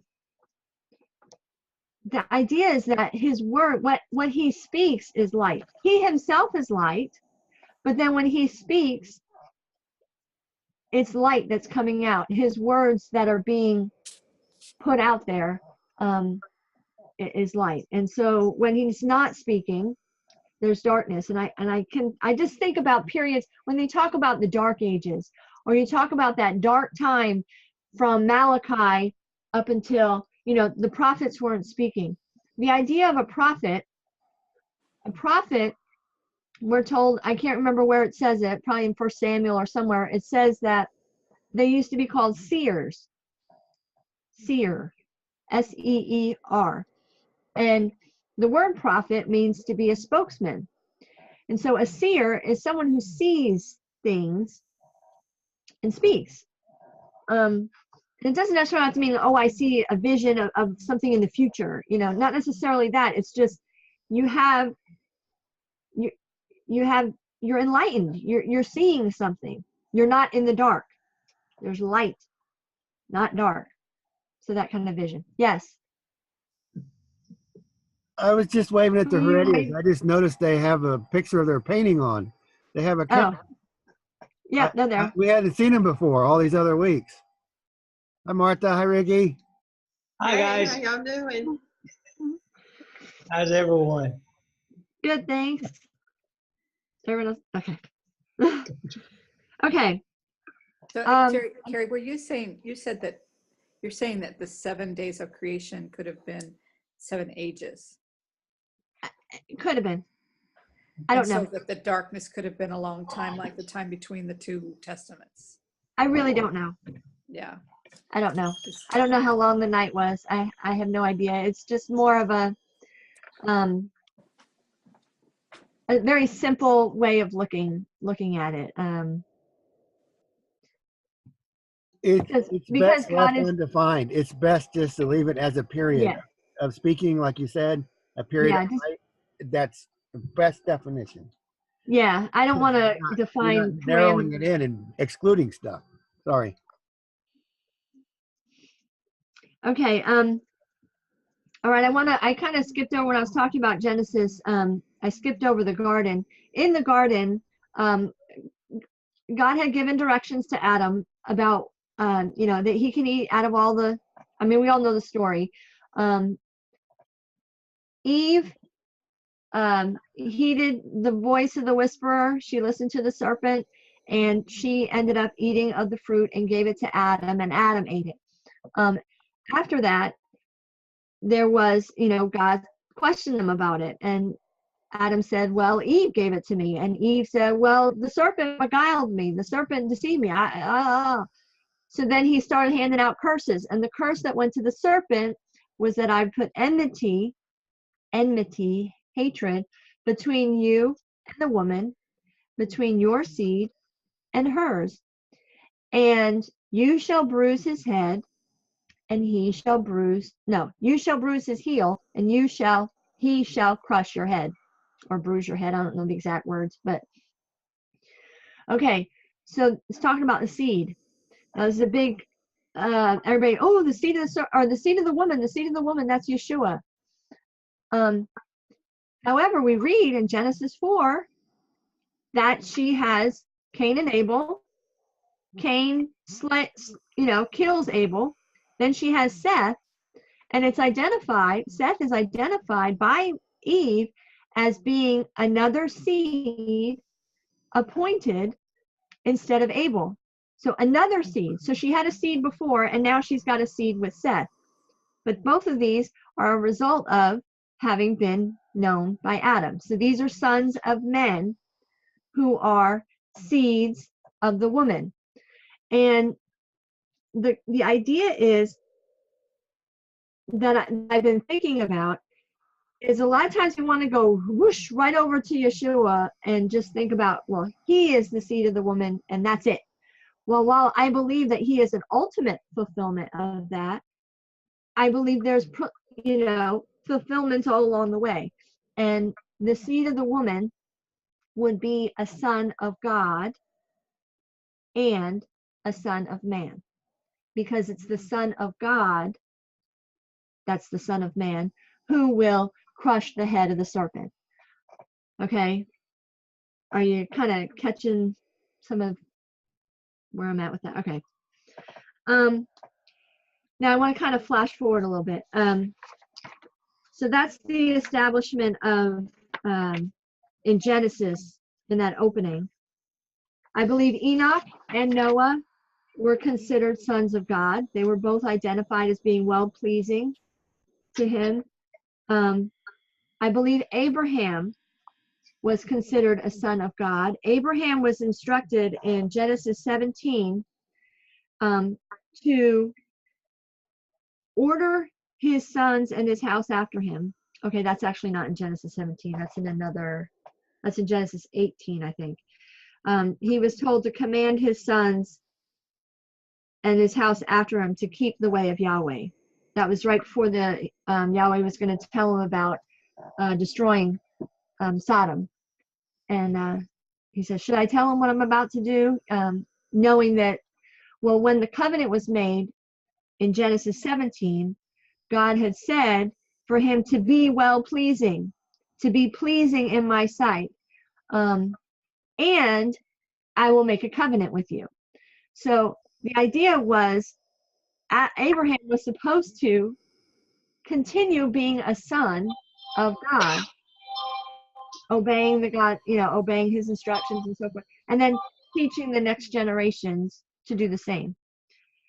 And Abraham was told ahead of time that his seed would be taken into bondage or, into slavery, and would be a sojourner, but then they would be brought out. Okay, so when fast forward to the time of Israel being in the wilderness, being in Egypt, they were identified corporately as the Son of God. Okay, we're all understand that. That's pretty common understanding. So he was identified as a son of God while they were still in Egypt, brought out into the wilderness, instructed in how to live, tested while they were in the wilderness. Ultimately, it was only Caleb and Joshua Caleb and Joshua that went in from that first generation that came out, plus all of the next generation. They all went into the promised land, and they were ushered in by Joshua. Yahweh is salvation. They were ushered in by that guy. Okay, now fast forward some more. Okay, so this is the Son of God, a corporate Son of God. Israel is the corporate Son of God. And they were messing up. Even when they got into the promised land, they still needed to be disciplined. And, that was happening. Over time, David was chosen to be king over Israel, and David was identified as being a son of God. In Psalm 89, it talks about him he was anointed to be king, and he was declared as an individual to be the Son of God. And a covenant was made with David to that God would establish his throne. At that time, David had it in his heart to want to build a house for God, because up until that point, the Ark of the Covenant had been traveling around and residing in under a tent. Didn't have a house of cedar. And David wanted to build a house for him.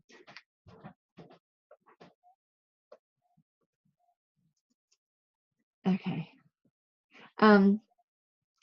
And Yahweh said, I will build a house for you. In 2 Samuel 7, Yahweh says, I'm going to build a house for you. I'm going to establish a house for you. And then he tells him that his seed that will come after him his kingdom will be established with him, and he will build a house for Yahweh.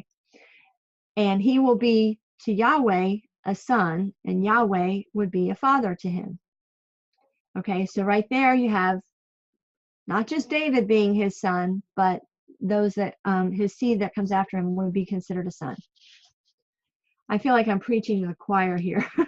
I don't mean to be preaching. I'm just kind of laying this out. And if I'm saying anything that sounds like, okay, wait, Carrie, I think you're like going off in left field here. Please tell me. Because what I want to do is I want to put all this in a presentation video, and I want to make sure that I'm not going down a wrong track. And this is my first time talking all this, so I'm saying a lot of words, and I'm sorry if okay, I'm just sharing.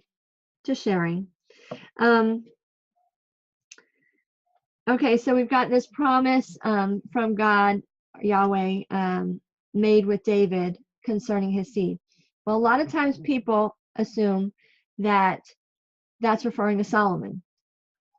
And I do think that, in a sense, it was referring to Solomon. Solomon built a house, a temple for Yahweh. And his kingdom was established, and he was great in the land, and he was a very notable, glorious figure in the history of Israel. However, he strayed toward the latter part of his reign, and he went away from his father's ways, and as a result of it, the kingdom was rent from from Solomon. But it didn't happen in Solomon's day, it happened in the next generation. Okay, so that's where, and I'm not going to go any further than that as far as the history of Israel as found in the Old Testament. I'm going to just jump right over into the New Testament. And I'm not going to go through my whole presentation. Like I just said, this was the groundwork that I kind of wanted to lay. And these are the ideas that I had in my mind about what it means to be just a son of God, with Adam being a son of God, and then the idea of being a son of man and a son of God. Because when Yeshua came, he always identified himself as the son of man. He didn't go around declaring to everybody, I'm the son of God. He didn't have to do that. God declared him as, this is my son. He identified himself as the son of man. And I think everybody understood him to be a son of man. He was a son of Joseph and Mary. Now,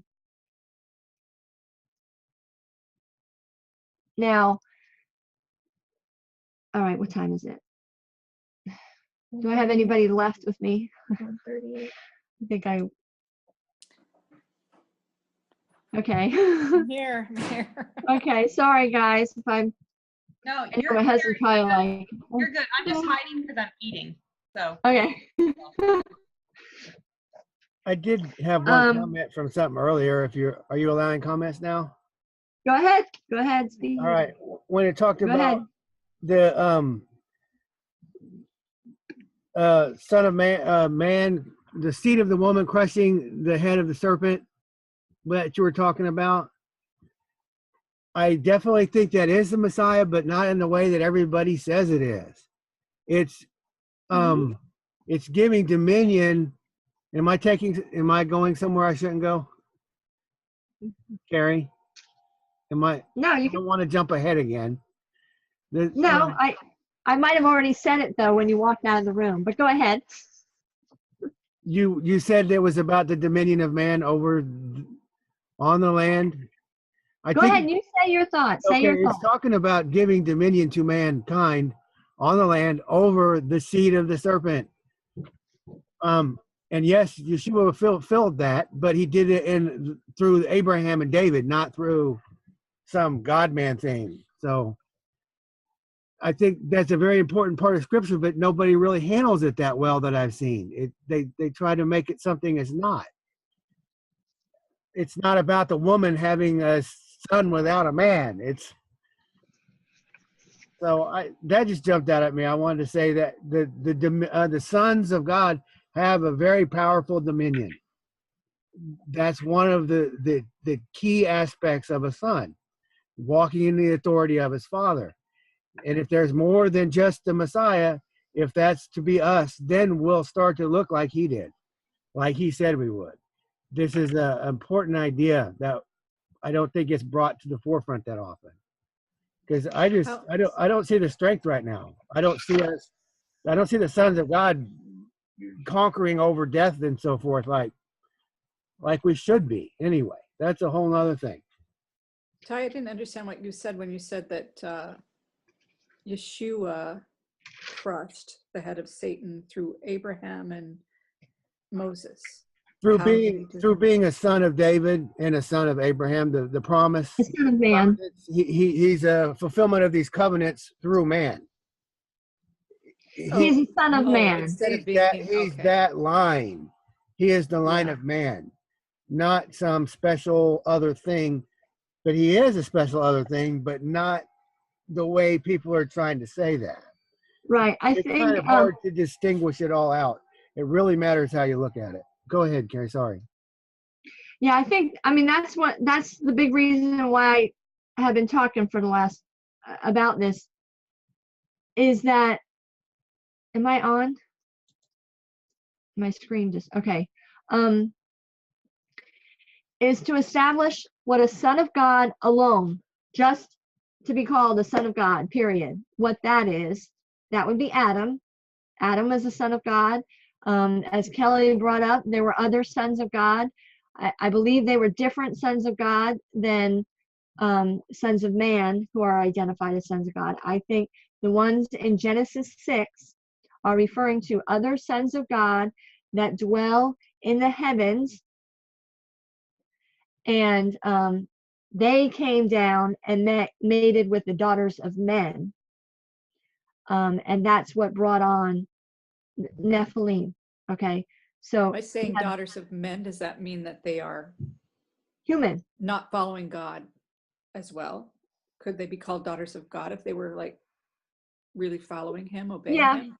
And so by Yeah, distinguishing them as daughters of men, I think they're trying to, the idea was to these two different species. The sons of God from the heavens came down to earth and mated with women, not just sons, not guys, but yeah, girls. so possibly they also weren't following God. I mean, Right. probably. The daughters of men didn't necessarily have to be sons or daughters of God. They were human I would women. assume that they were really people that weren't following God. Probably not. Yeah, I agree. Yeah. Yeah, that makes sense. Okay, so that was my point. I wanted to establish what a son of God was versus what a son of man who is also a son of God. Okay, that was what my thinking was in laying that out with Abel and Seth, Enoch, Noah, Abraham, the children of Israel as a corporate structure. They are considered a son of God, but they're obviously sons of men.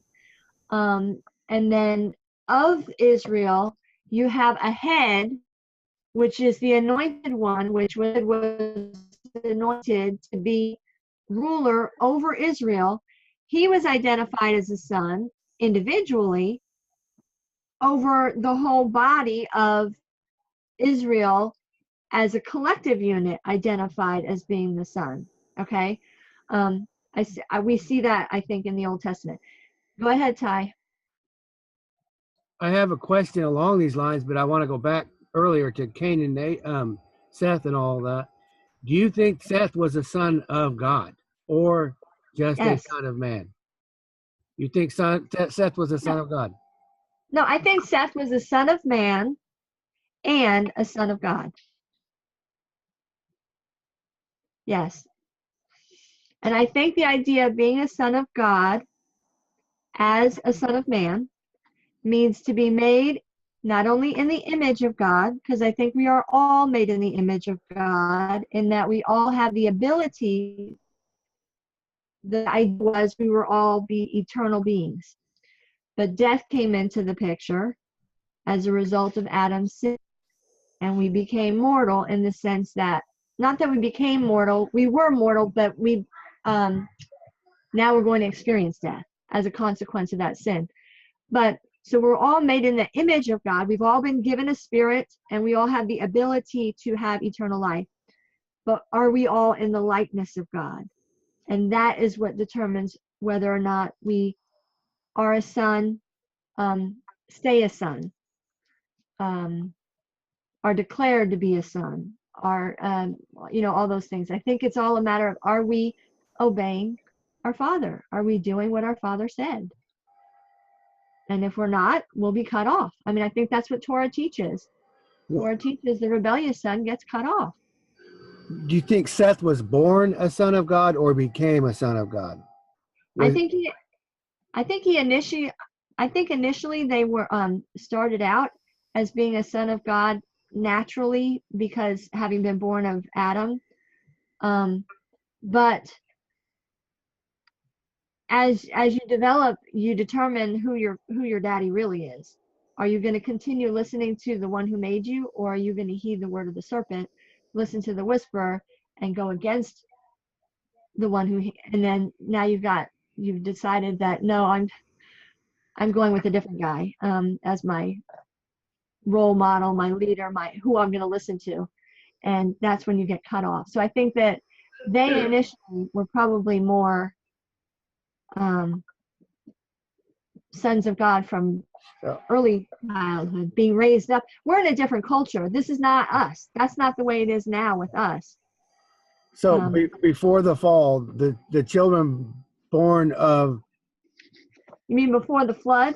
Before Adam and Eve ate the fruit. They had kids before that. They would have been sons of God. After that, they would have been sons of men only, unless they were born again of the Spirit later. I don't know about that, because I don't know that I don't think that the sin of Adam warranted him being cut off from the family of God. I don't think that Adam ceased to be a son of God when he was taken out of the garden. Where was the breakdown? Because if that was the case, why would we need a Messiah? Well, I believe that there's a separation.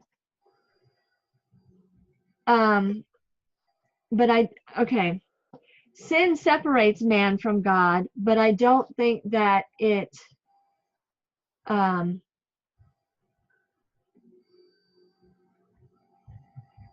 I think the fact that he made a covering for Adam enabled him to still be considered a son of God. But there was atonement had to be made. Okay, I'm just trying to go back to the beginning and establish what it is you're saying, so I can. That's how I would understand it from the first president. Yeah, because I mean, I'm glad. Thank you and anybody else. If you had, okay, go ahead, Emily. So, I see it as there's natural consequences to our actions that our Creator set up from the beginning. You do something, this is going to happen. You do something, this is going to happen. And I think Adam and Eve knew that from the beginning. So the consequences were they would experience death and they would have to toil, and they get kicked out of the garden. If my children do something, they know the consequences of their actions. If they do something disrespectful or do something wrong, there's consequences. If I do something, there's consequences.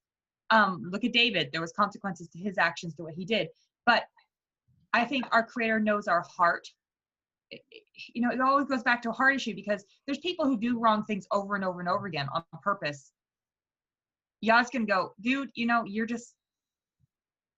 care. You know what I'm saying? Like me, I know if I make mistakes when I do, because I'm human and I make mistakes and I'm not perfect, but I humble myself and I admit it.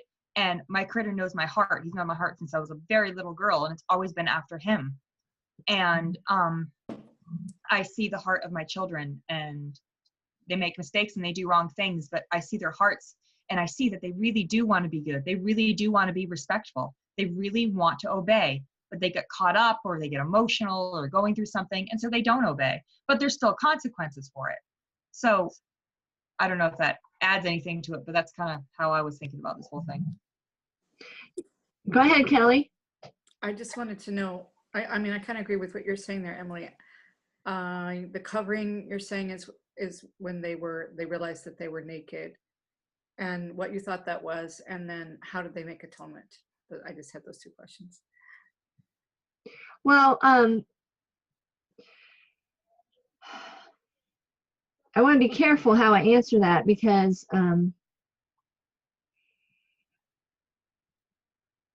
my tendency, because I do have a Christian upbringing, and my tendency is to go with what I've been taught, and I don't see anything contrary. I don't see anything that says, no, that's wrong.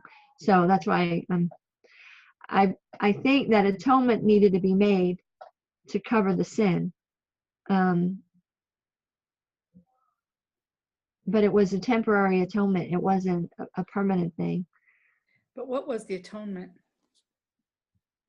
Well, I've gone back and forth.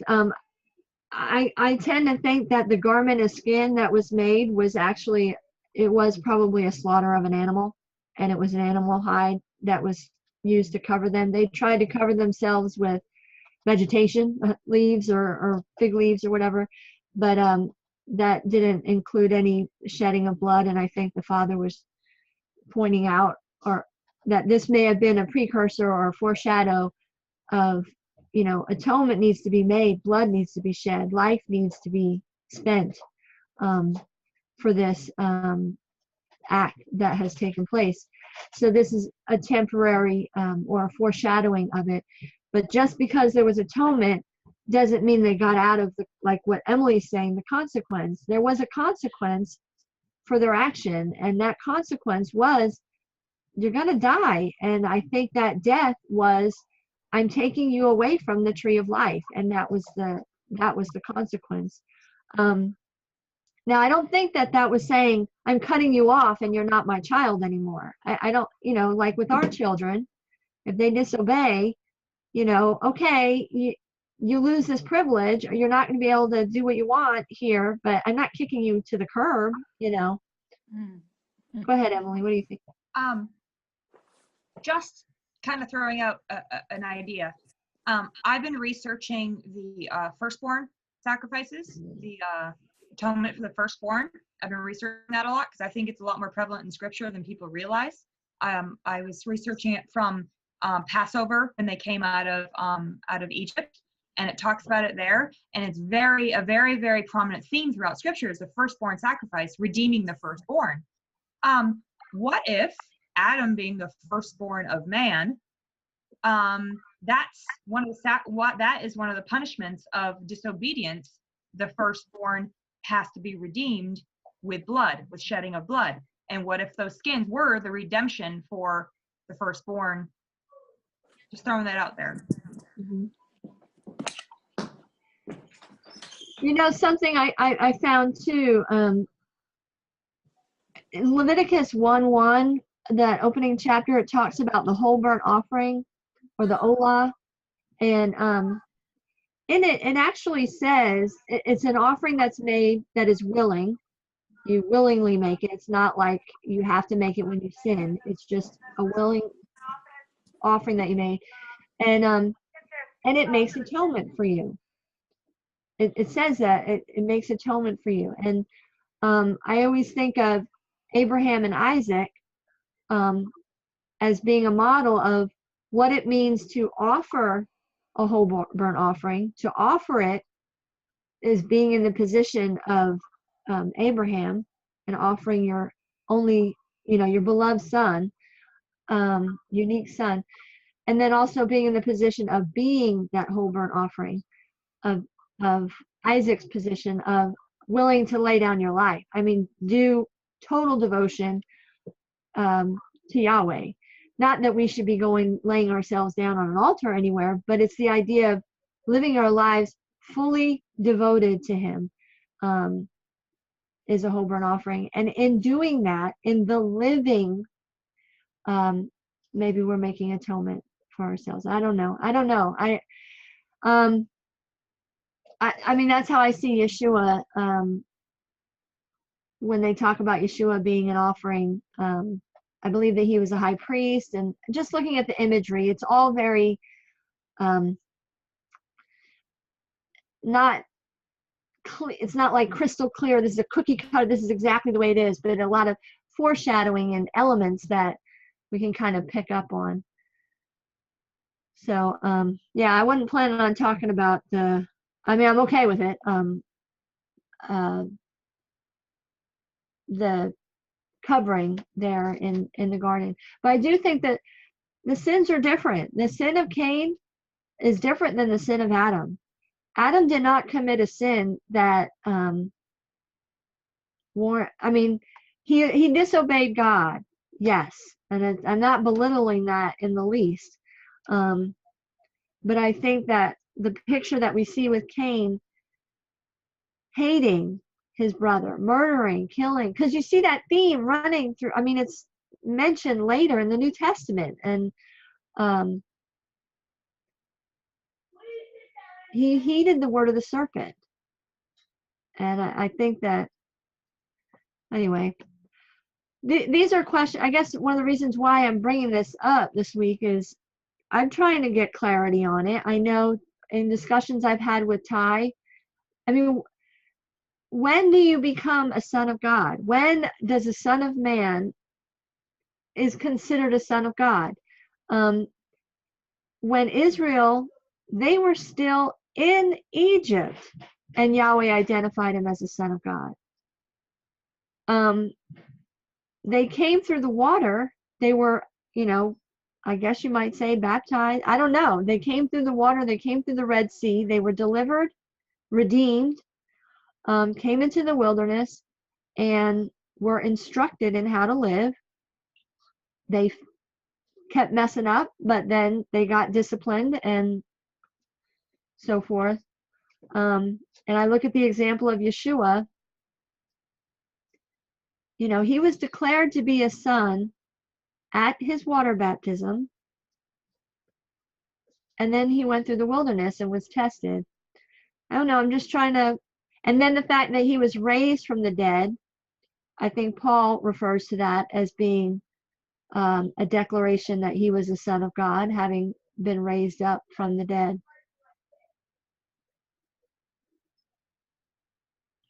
So I don't know if you all have any thoughts about the Son of Man and the Son of God, because I think these are important, that we've got to work this out, because when you go to explain to people how Yeshua was born of, begotten of Joseph, well, if he's begotten of how can he be the Son of God? And it's like, well, we need to have a really good understanding of what it means to be called the Son of God. I have a question. I think, a comment first. Adam was a son of God at that point, and he didn't crush the head of the serpent when he was tempted. I think he blew his dominion at that point. That was just a comment. My question is the seed of the woman, is this to be the son of man or the son of God that crushes the head of the serpent? Is son of man given the dominion, or does he have to be also a son of God as well?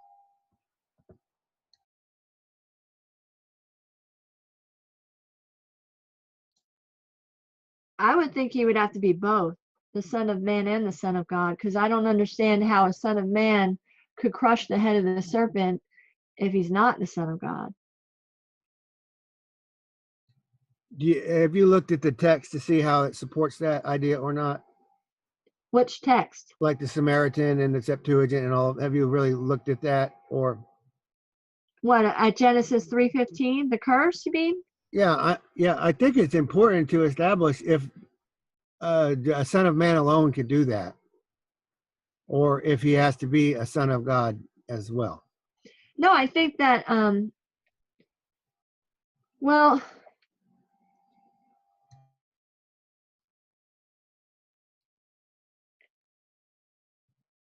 become, as the scripture would say, born again, which that's something totally different, or understanding, but you have to be renewed or from heaven, which is the things of Yahweh. When you become the son of God, son of Yahweh, you embrace those heavenly things in the word of Yahweh and live according to Yahweh. So in order to defeat the serpent, you have to be both son of man and son of Yahweh, because you're going to have that fleshly from your parents, the seed of the woman and the man. That's just me.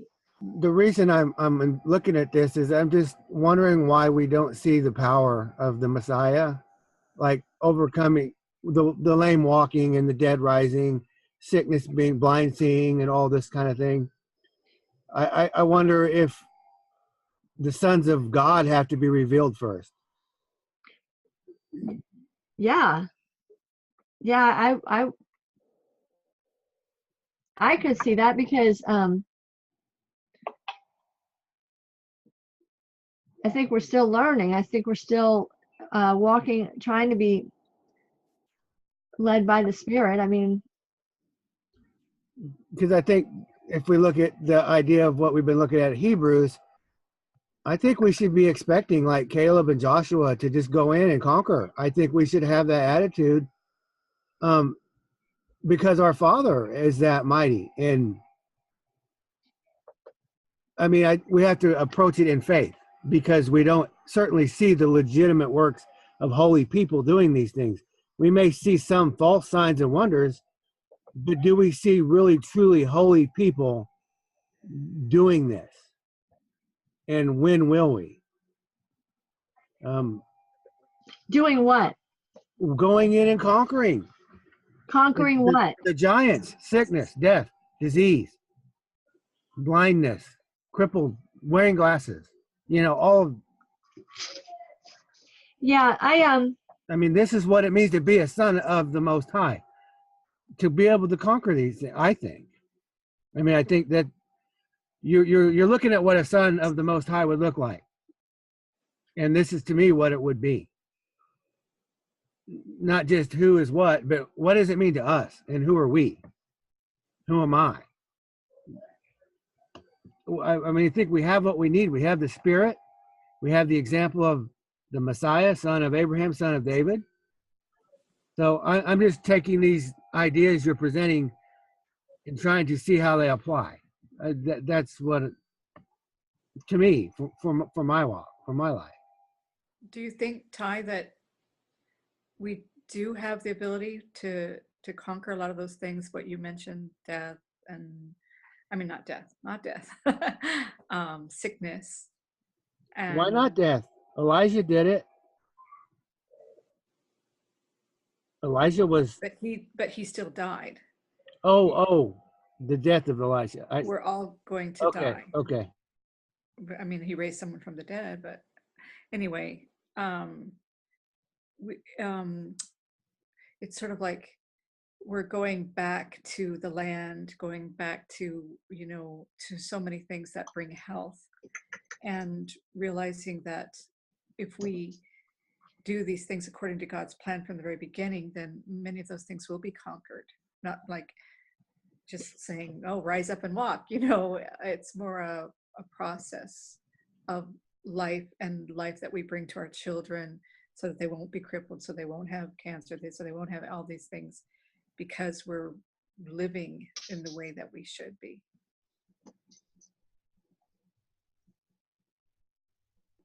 Go ahead, Emily. So I guess the question here that everyone's wrestling with is, when do we actually as you're saying, become a son of God, as opposed to just being a human, a son of man? Like, when is that transition there? I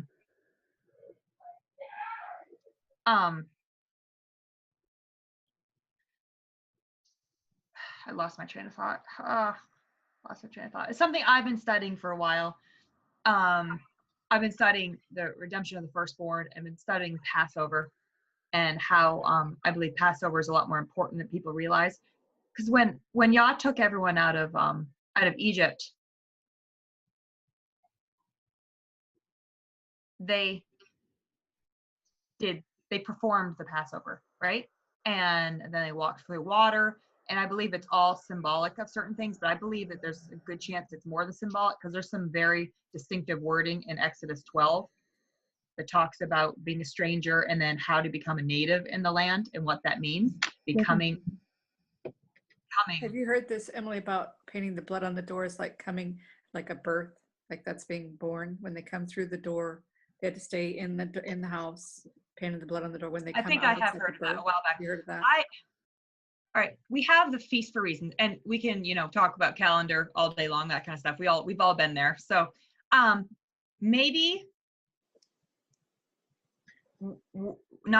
think we're missing a lot when it comes to the feast, because I don't believe they're just symbolic.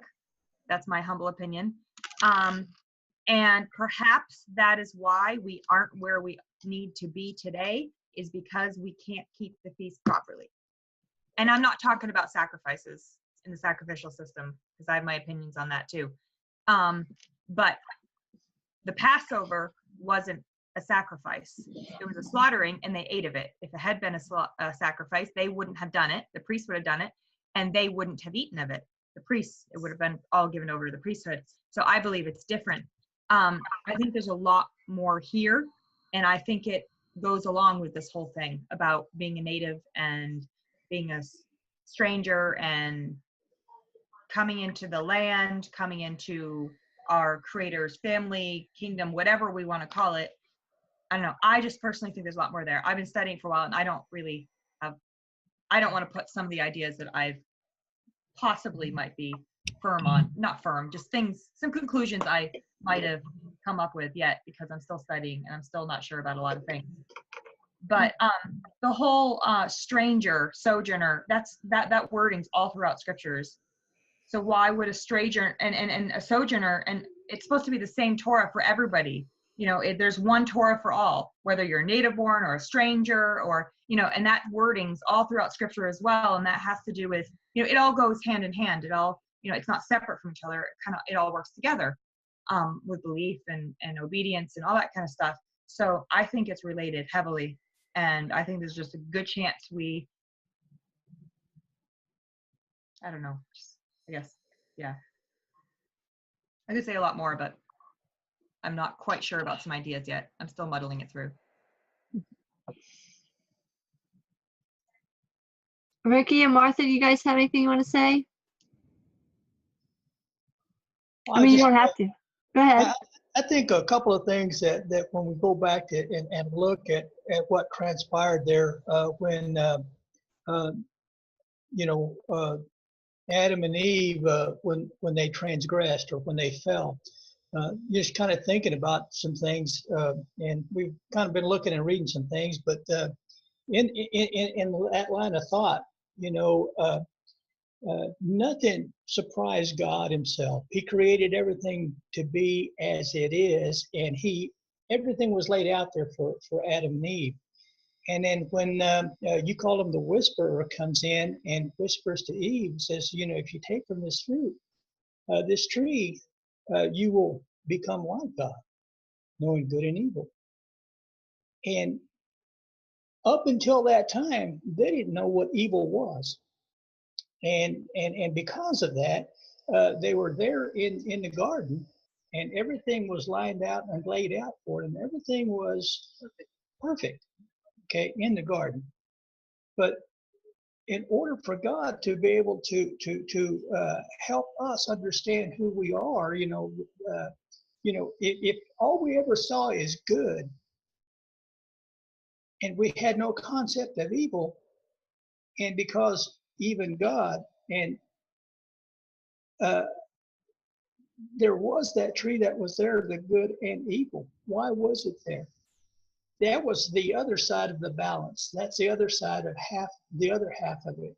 If all we understand is one thing and we see it one way and never see the opposite or the other side of it, then to me, why would there have been all that?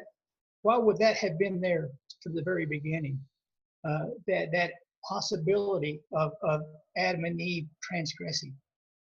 To me, they had to see that other side, because we all have a free will. We have a choice. We either choose to follow the Father and believe what he says, or we choose not to. And because he's given us that free will, it was there to me. It was there for the opportunity for man to make that decision, not to be told what you have to do, and not to be made to do certain things. We're not robots. God didn't create robots. He created us as in his image, but then he also created us and gave us that ability to choose one way or the other. And if we don't have the other side of that, if we don't understand that aspect of it, then all we understand is one thing. Then to me, it would have been more like he created just robots.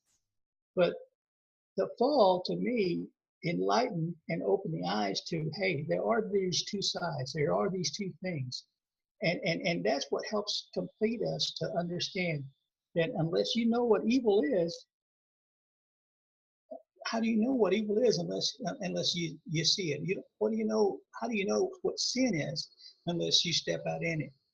Those are the things that, to me, in my mind, I hadn't got a full wrap around in my head exactly how all this happens. But to me, I really believe that because nothing surprised God from the very beginning, these things happened because we had a choice. Adam and Eve had a choice. They could have continued to stay, but then once they fell, they could not continue to stay in Eden. They were imperfect after that. So I don't know. It's just that's just another thought. So, but I'll turn it over to Mark to let her say No, something. I don't know. I know she has a lot to say lots of times, but I was just a thought throwing it out there. Because if you think about it, why was that ever out there to begin with? You think God made a mistake? I don't think so.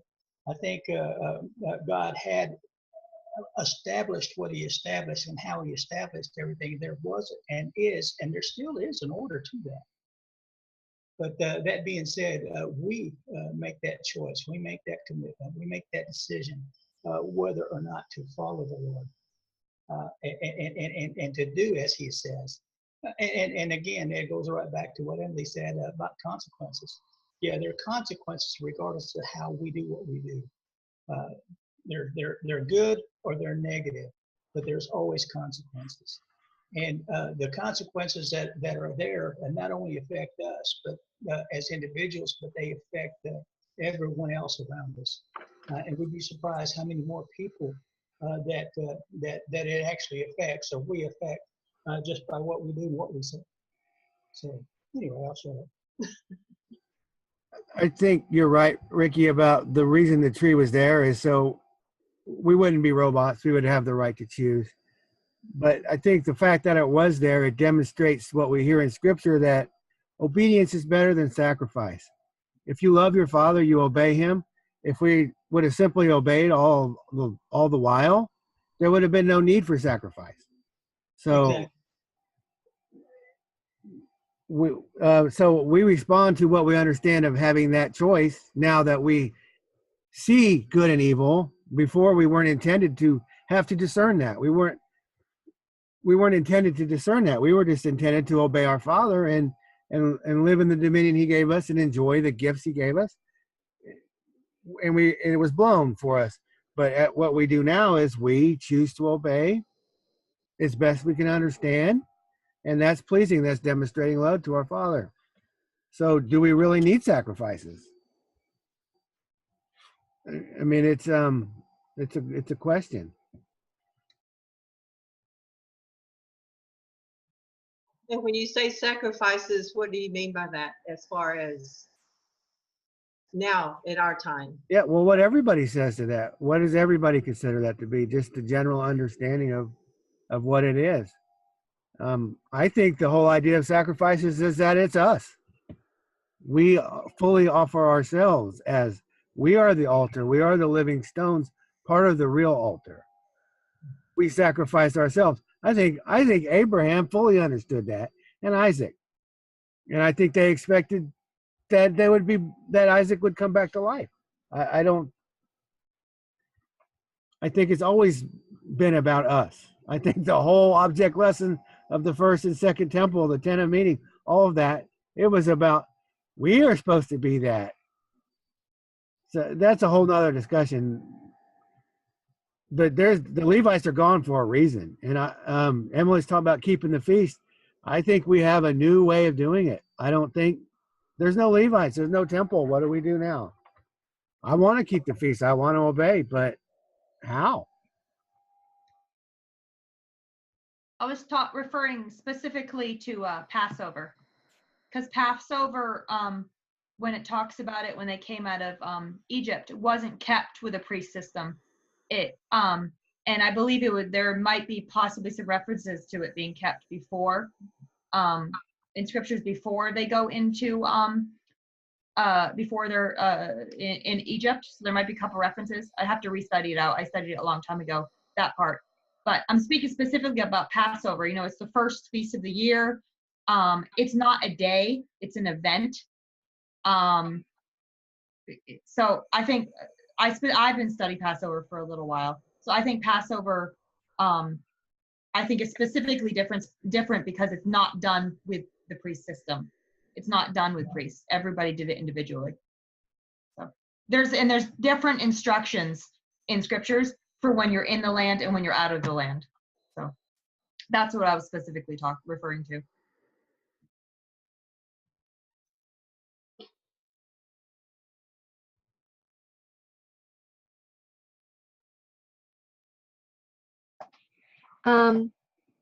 I know we're past the hour mark from what I was allotted.